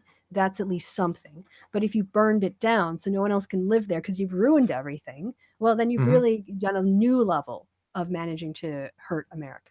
Well, I think the point where I might agree that it's more harmful would be if future presidents or Trump himself in the future used these new norms to do something horrific. And I could picture that, like maybe a future president would be like, I don't have to follow this rule. I don't have to do this. I don't have to do that. Right. You know, and I could see how that could be. Yeah, because it's eroded what a president can do. But I think the problem for me is just that I've seen what past presidents have already done. So I'm like, how is this worse? How is this a more atrocious thing than like illegally invading a country and killing hundreds of thousands of people and having a illegal torture program, you know? Again, I think it's not, I'm not thinking about in terms of kind of comparing apples to oranges and putting on a scale and saying this is worse than that. My concern as an American is that it's actually destroying the institutions by making people question the legitimacy. Let's face it. Like, so then you start to get into third world dictatorships where people don't have any trust in the government and people start to check out and it becomes more corrupt and you get this downward cycle of decay. I just asked then, what do you think that could lead to in the future that would be worse than what's already happened? Oh, well, okay. So let's say that that Donald Trump decides to fire Rod Rosenstein and there are no consequences. And the person that in Congress does nothing. And then the person that he replaces Rosenstein with fires Mueller. and Congress does nothing.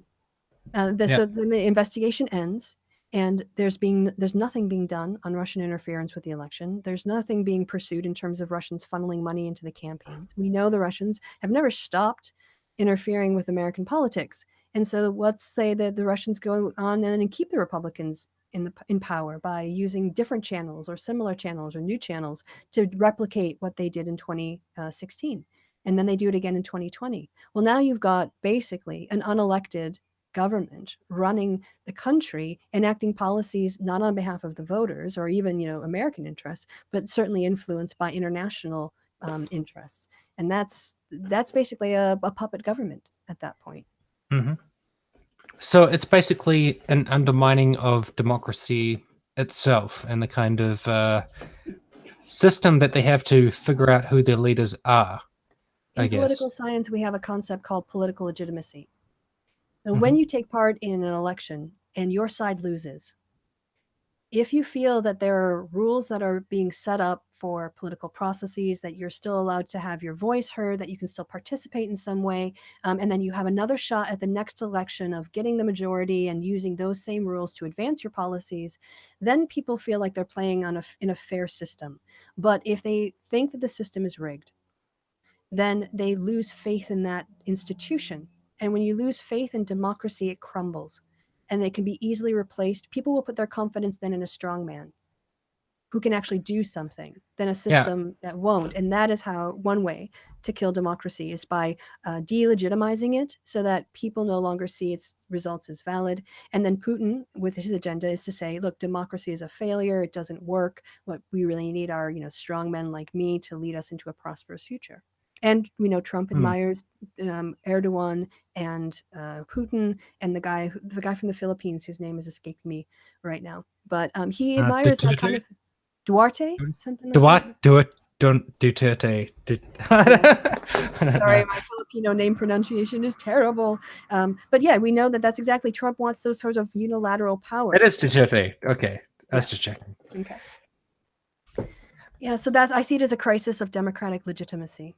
Everything that Fox does to undermine, the Mueller investigation and the FBI, they're actually attacking the credibility of the institutions of our justice system. That's all the hallmarks of authoritarian, takeover. But with Trump, people think the rigged aspect is that he is a puppet of the Kremlin. That he is not that he's basically what's that fucking movie called? A Manchurian Candidate? Yes, exactly. Well, what do you think? I don't agree with that. I don't think he's a Manchurian Candidate. I think that he was trying to find ways to attack Hillary, and he was basically given this offer, we know information. So they tried to find out what they could from the Russians, but they couldn't really find anything. However, that's kind of the fly in the ointment is the fact that he has business dealings in Russia. So I think that his business dealings are a conflict of interest, but that they would not be the only conflict of interest that he has, because I feel like he would have tons of them, and some of them would be Russian, and some of them would be in Asian countries, and some of them would be in other places. I feel like he's probably got conflicts of interest all over the world. He's probably in that sense, he's probably highly compromised. But I think with the Russia thing, he's trying to find out what he can. But that doesn't explain his bizarre appreciation of Putin and the fact that he can't call him out. Yeah. And that, maybe that's just some weird man thing. I don't know what's going on there. I don't think he's directly being controlled from the Kremlin. I think that's kind of a bit of a conspiracy. But I definitely think that he's influenced by Russia, and he has conflicts. He's got things going on that he doesn't want to tell people. Yeah, I agree. I think he's a useful idiot. I think he would be considered an asset by the Putin government. If I was Putin, I'd consider. Oh yes, of course, yeah, absolutely. He's not the kind of asset that you use leverage against to force them to do things that they don't want to do. He's an asset in that their interests align, and he's corruptible enough to be under their influence, and so he's an asset. I wonder why he can't criticize Russia that much, and if you think about it logically, it's probably business interests of some kind. Yeah. Probably hotel shit, something that he's got tied up over there. Well, look, the fact is, Putin has now witnessed how many presidents have coming and going, right? So Trump isn't an idiot. He knows that even if he were president for 8 years, Putin is still going to be president in Russia long after Trump is gone. And business interests are much longer than presidential terms. So yeah, there's a very plausible case there to connect his unwillingness to criticize Putin and with his known business interests to say that there's a good basis for concluding he could reasonably be motivated by those things. I don't think that's that's not conspiracy theory. That's just making a deduction from observation. Right. Yeah. Not saying it's No, the only reason. but then there's this whole crowd sort of saying that the Russia stuff is going to undo him, and I think I would agree with that if I was more optimistic.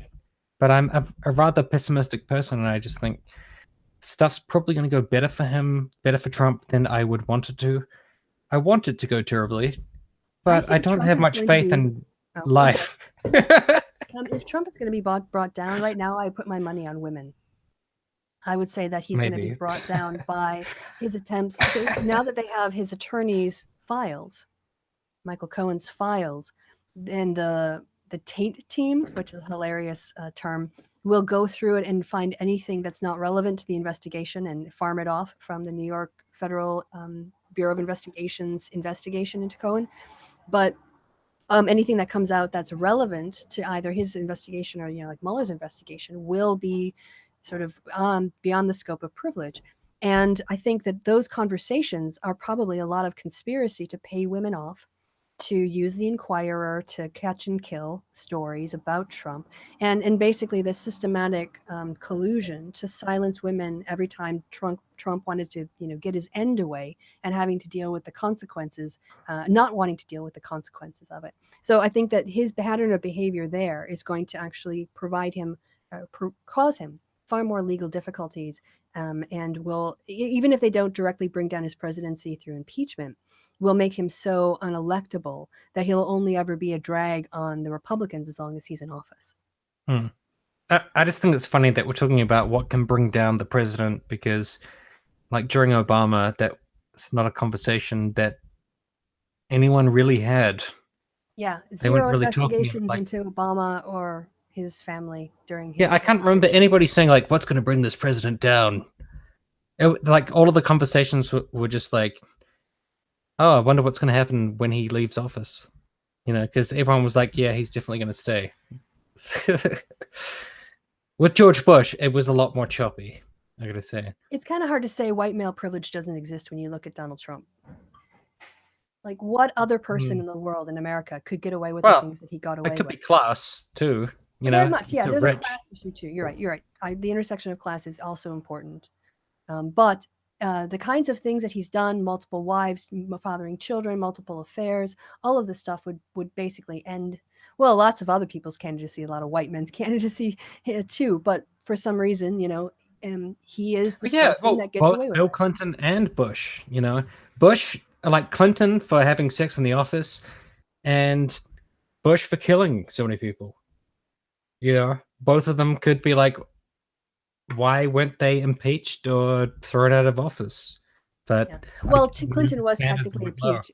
Clinton technically was impeached in the House, but he was not convicted in the Senate. Oh, there you go. Okay. Like having sex in the office.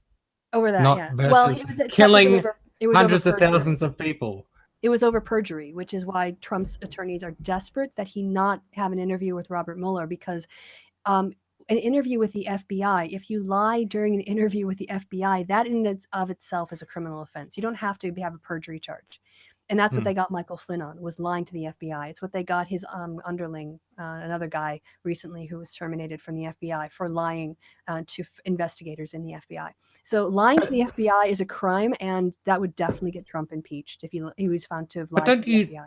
Don't you at least feel that like George W. Bush should be in prison? I think he should. Oh, yeah. I think he's a war criminal. And Cheney. Like to a massive extent. Definitely. Yes. They lied to the American people. That was a criminal people. Regime. They are responsible for the deaths of, I think, with Iraqi numbers, upwards of over 1 million people. Yeah, but they've become like sort of rehabilitated because people, they don't like Trump because he's such a douche. So Well, they there's a basically legal they forget protection. all of that. Actually, all legislative bodies, to my knowledge, in the United States, there was a case that was tried, and you can't be sort of sued personally for decisions that you make as a public official in official capacity. You know, like as he would have to be tried as a war criminal. I don't know that he could be prosecuted under any. I don't even know if there would be any statutes other than impeachment, and which isn't a crime. It's a political decision. It's a political action, not a criminal conviction, even though it's talked about being convicted in the Senate. So, George Bush, if he was going to be tried anywhere, would probably have to be in the international courts because they are the only ones who have laws to hold political leaders morally accountable for the decisions they take in those positions. That's my understanding of things, anyway. So he But couldn't it's be never going to convicted happen in that because crime. Obama was like, I don't mind. That's fine. Yeah, I wouldn't even know No where you big would deal. prosecute George W. Bush or Cheney in the U.S. legal system under what statutes. I don't even know. It wouldn't be for the war crimes themselves. I don't think. I don't know that they've ever. A lot of progressives basically feel that Obama gave him a pass because he didn't want, dealing with the previous administration to really decide what people thought of his government. He didn't want it to be all about the prosecuting George Bush.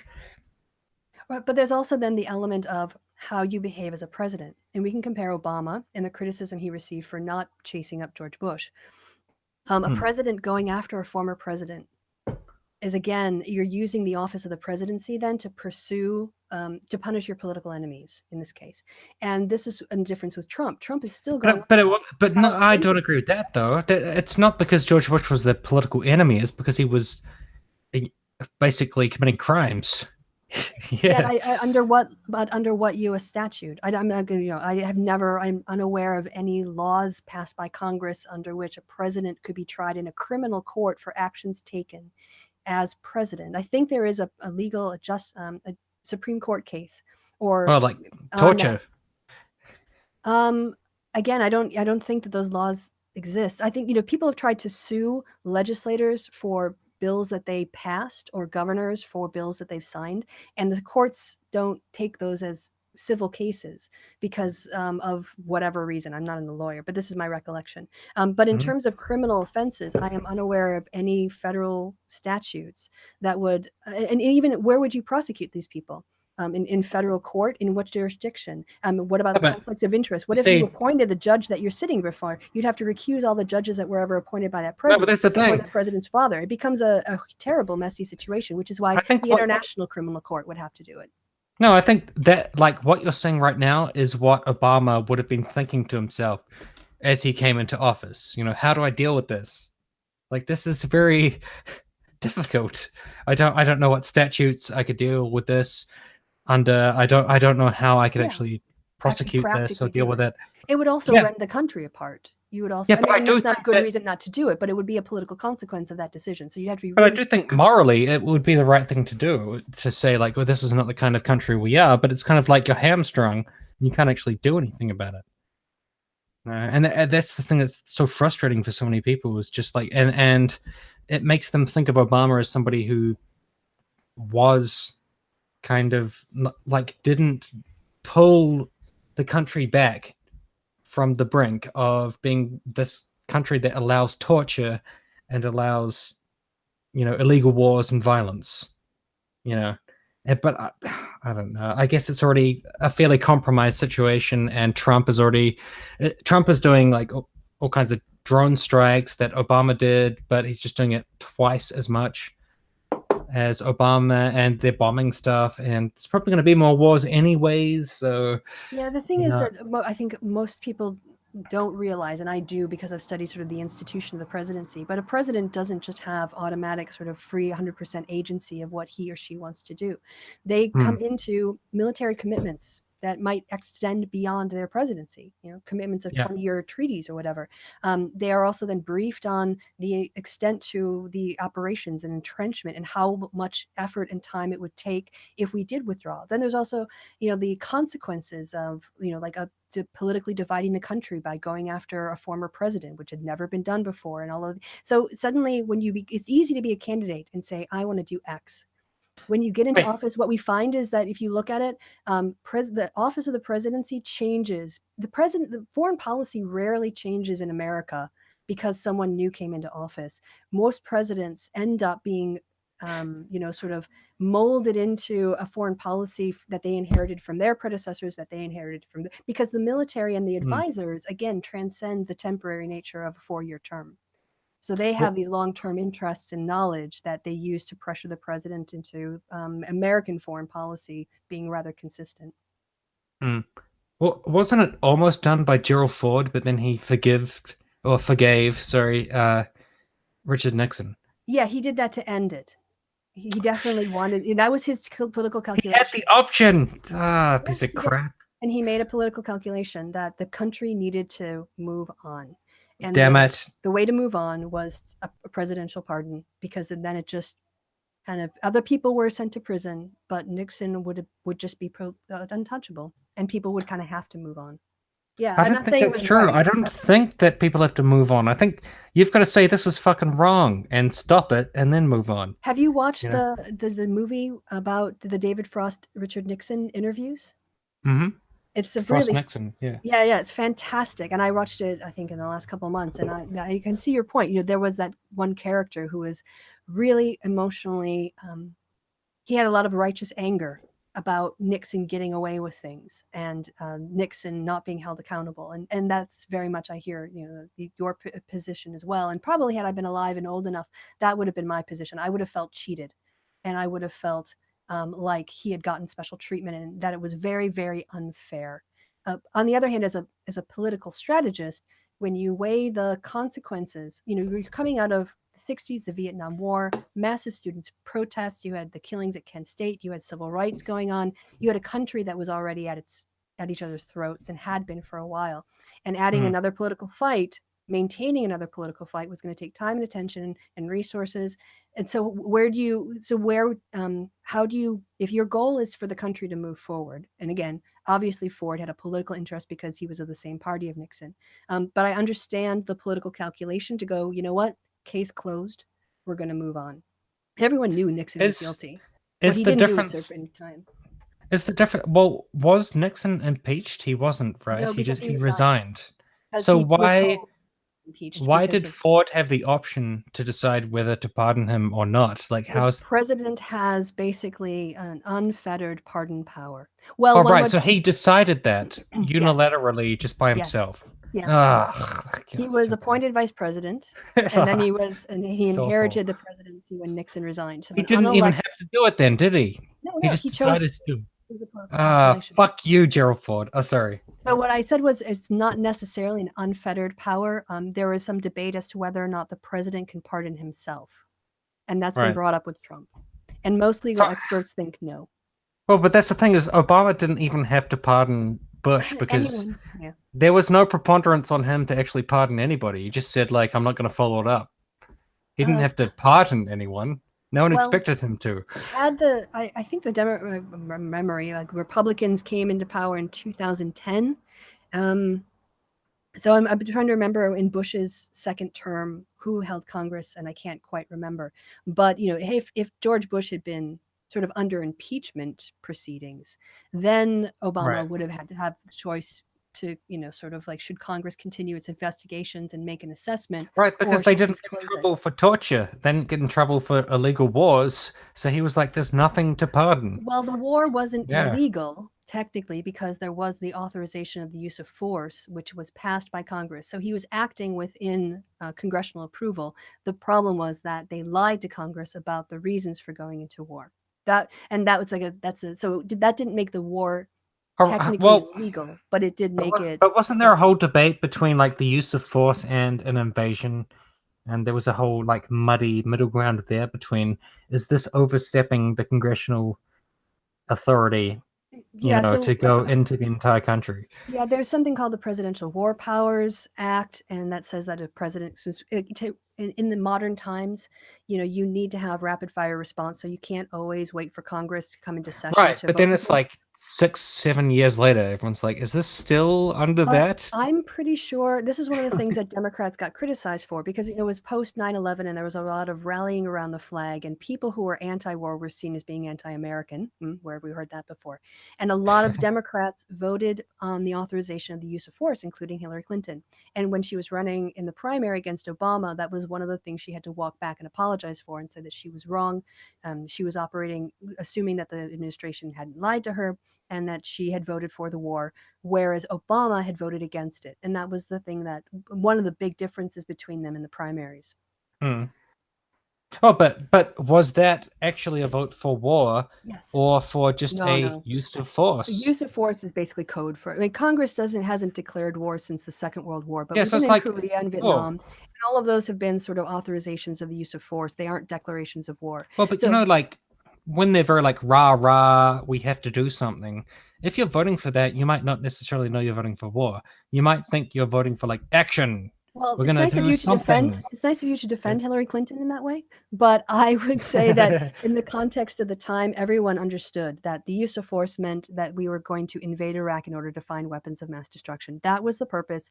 Just like when we did it in the first Gulf War, we went in to get Saddam Hussein to retreat from Kuwait. So there's sort of like this pretense that there was a very defined mission. But they still had no idea it would last that long, right? They didn't of course, no. Whenever you use these, basically when you invade someplace, they were told the oil will pay for it. It'll be easy. We'll go in, we'll find the weapons, we'll come out, and years later it continues.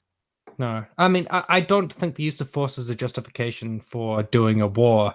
I'm just not entirely sure if all of the people voting for it knew it meant that, or what it actually meant. Yeah. Well, I guess again, what we call a war is sometimes in retrospect. Right? Yeah. You don't know it's in a war until it's been going on for 2.5 years. And you're like, oh shit, this isn't just an occupying force that's going to leave. We're here for a long time. But right. No, but you were saying earlier that that was kind of a justification for what the Bush administration, like that makes it legal. Whatever. No, right. So what I'm saying is, according to the way that the Constitution works, normally you would have to declare war in order to authorize the commander-in-chief to start an aggression. That means that the reason the founders did that was because they didn't want the president to unilaterally get the country into war. War resolutions always have to start in the House because they're the House of Representatives. They're the ones closest to the people. So only Congress can authorize a president to go to war under the Constitution. But because of modern needs, later on, I want to say in the 60s, they created what was called the Presidential War Powers Act. So the president was starting to argue that he needed more rapid response time, and Congress introduced a bill that said that the president can operate with sort of actionable forces for up to 60 days. But after that 60 days, he has to come to Congress for approval. That allowed them the flexibility to say react to an attack, but it wouldn't be the equivalent of sending enough forces to declare war. And so the authorization of the use of force is basically Congress, in this case, if I'm remembering it correctly, because it was a long time ago, but it was basically saying the president could go to basically use military force against a country and not have to come back every 60 days to get authorization. They were authorizing him to act in a military capacity for the invasion of Iraq. So it was pretty clear. This was when the shock and awe was being talked about. Democrats and Republicans and independents at the time knew that the authorization of the use of force was equivalent to going to war, and that's why Barack Obama voted against it. And that was later one of the things that, in retrospect, people praised him for was his no vote on that, to not go to war, because it was such a disaster. But that's the thing I'm wondering is how long is that thought to be? Because shock and awe to me implies something very fast, and so when you vote for an authorization of the use of force, like what kind of time span? I think the question here is it moral to authorize the use of force based on what was presented? Should the U.S. go to war and kill people, even if it's only going to take 18 months? If you believe that it's a ticking time bomb, then yeah, because you'd be like, it's a ticking time bomb. We have to act. We have to do something. And I feel like during that period, a lot of people seemed to think it was a ticking time bomb. Like, even though they've been lied to and it was not correct, it was the wrong information, they still believed that it was like, oh, we're going to get in there, fix whatever it is, and get out. Well, like I said, I wish you would have been around in 2000 defending Hillary on that point, even if you weren't going to vote for her, and giving her some cover that she was operating in good faith. Because that's basically the argument she made to explain her vote at the time. And also then she said she regretted it, and knowing what she knew now, she would have voted no. So yeah, just like, I just find that kind of, like, I'm enjoying that little bit of irony. No, I'm not, like, I don't know how we got into this. I'm not saying that I'm for the war. I'm not saying that I'm for Iraq. No, you're just saying you understand why people would have voted yes from your perspective. Yes. But you're not saying that. I don't know how we got into this. It was fun. I loved the Clinton defense. It was a flashback to 2000 for me. I didn't mean to defend Hillary Clinton. Oops. No. I remember how this all started. It was about, like, whether the war was legal or illegal. Right. But the only reason I'm arguing that, this is what the only reason I'm arguing that is because you were saying that the war was legal, and I was saying I don't know to what extent that justifies a war, and that's why I've been moved into this weird pretzel, where it sounds like I'm trying to defend what actually happened, but I'm just trying to argue that it was a use of force, and these people didn't think it was a war. That's the only thing I'm saying. Okay. Well, what my point would be is that something can be legal and still be immoral. Capital punishment is legal in the United States. It's still immoral, in my opinion. No, but it's illegal versus not legal. Right, and so having followed the process of declaring, of authorizing the use of force, the president was operating legally. I'm just saying. Well, so but that was my whole question was, does that justify a war? Well, it doesn't justify impeachment. Okay. And I think that's how we originally got there. Could Bush be impeached for his...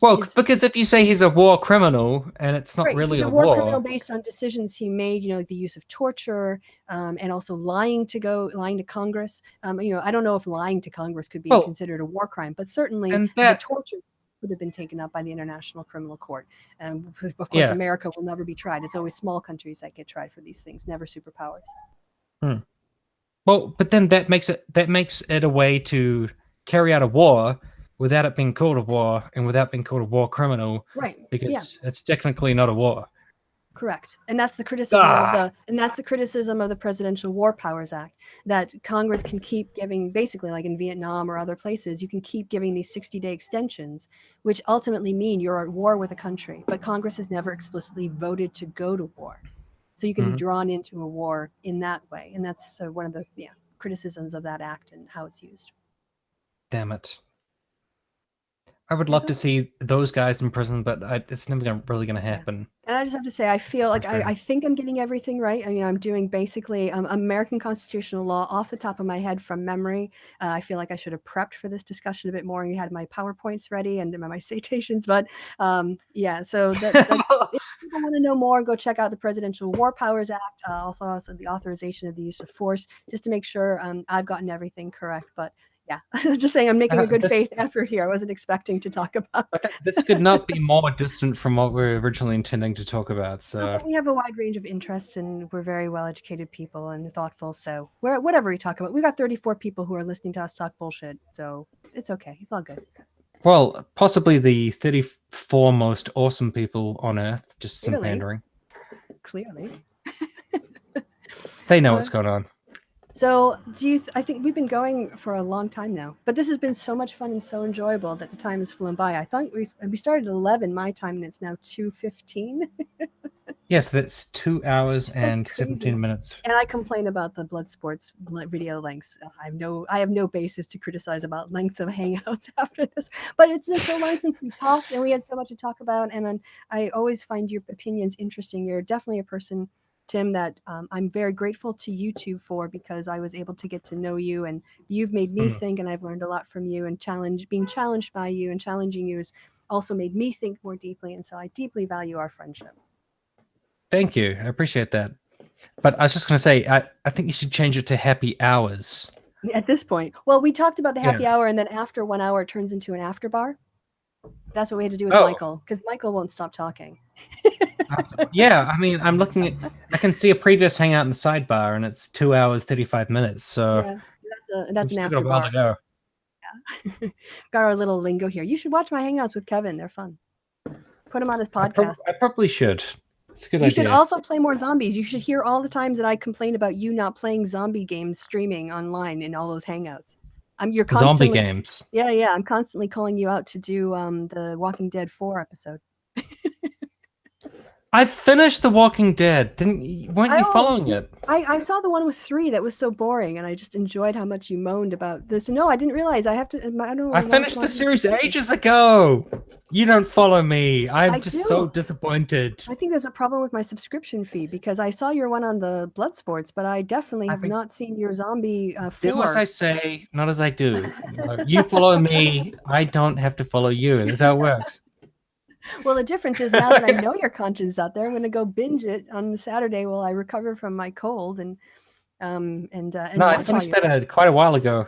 Okay. I guess I need something else to play on the internet. But have you done anything. What is it called? The Stanley game? The Stanley game. Yeah. You should check that out. If you just Google like the Stanley game or Stanley live stream, you'll get a little sense of it. It's an atypical video game where you make various decisions and then things happen. But it's not like the Stanford experiment, is it? Well, there's definitely a lot of psychological games being played in the way that they set the game up. So I would say go check it out on a Let's Play or whatever and see what you think. I think you would be hilarious because it's so the basic premise is it's first person. You're in an empty building and you have to go through it and do things. But while you're doing it, there's somebody describing your day. So like Stanley, looked up from his desk, and then you look up from your desk, and it's like Stanley wanted to go to the break room, and then you're presented with 2 doors, and you have to choose left or right. And it's like Stanley went to the door on his left in order to get to the break room. Okay, so now are you going to do what the narrator told you to do, or are you going to do something else? And so that's the kind of psychological part of the game. How you react. Kind of like they're toying with you. Yeah, definitely. And I think it'd be hilarious to watch you play that because you'd have a lot of fun commentary. So vape and drink. Be pretty pissed at those guys. Oh yeah, that would be the hilarious part of watching you play it. The best part of fuck off and stop talking to me. I'm trying to choose the door right now. Right. Because the best part of the Walking Dead 3 game was you complaining about how boring it was and reacting to the dialogue. That was sort of very funny. So I think this would be good. Boredom. I feel like that's most of my life already, and I just put it into video game reaction form. So that's my request, my official request. Now that I've got you on the Hangout. Cool. I'll give that a go. All right. Well, and then tag me on Twitter to make sure I don't miss it. Yeah, and this thing I was so looking forward to. In the future. I was confused at the timeline. Yes. All right. Yeah. Well, once you find the game and check it out and then tell me what a good recommendation it is, then do a live stream. I was like, I haven't even played this game. And you're already asking me to tag you. Like, I haven't even played it. Like, all right, in the future, when I have played it. Yes, and also in the future, we're going to have that internet tofu sport debate where I think the problem was you tweeted out, you replied to Kevin, or you retweeted Kevin and it had Kevin Logan in the tweet in his name, and then you doxed him when you retweeted his tweet handle. Wasn't that part of the beef between the two of you?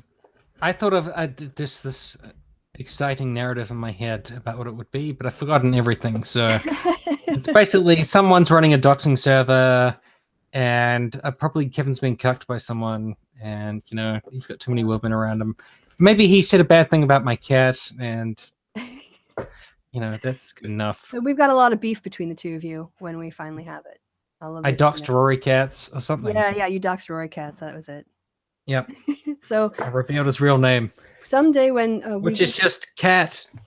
When all 3 people in our conversation know how to tell time, and can be, I'm winding Kevin up for. And can stop drinking alcohol, which causes hangovers. Yeah, I mean, we very specifically had a discussion about the dates and times and the fact that it was going to be at yours in the night, and we went over like, should we do it starting at 10 o'clock my time in the morning, or So I just like to rib Kevin for that. I'm convinced that Kevin was totally smashed during that conversation. And he's just agreeing with whatever anyone was saying. Well, you can challenge him that on the Tofu Sports next time we get you guys in a hangout together. Oh my God, that's a good thing to fight about. Fight about the fact that, you were too hungover. You're not dedicated to social justice. And you doxed me. He's coming for you, Kev. He's coming for you, and we can all watch it live. Here. And you disobey the general. And yeah, definitely.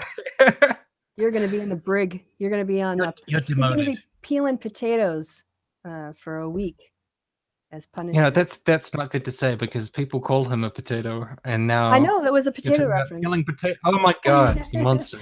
Yeah, it's kind of like that movie. What was it about the animated film about all the things in the supermarket that were like being eaten and anyway, and it doesn't matter.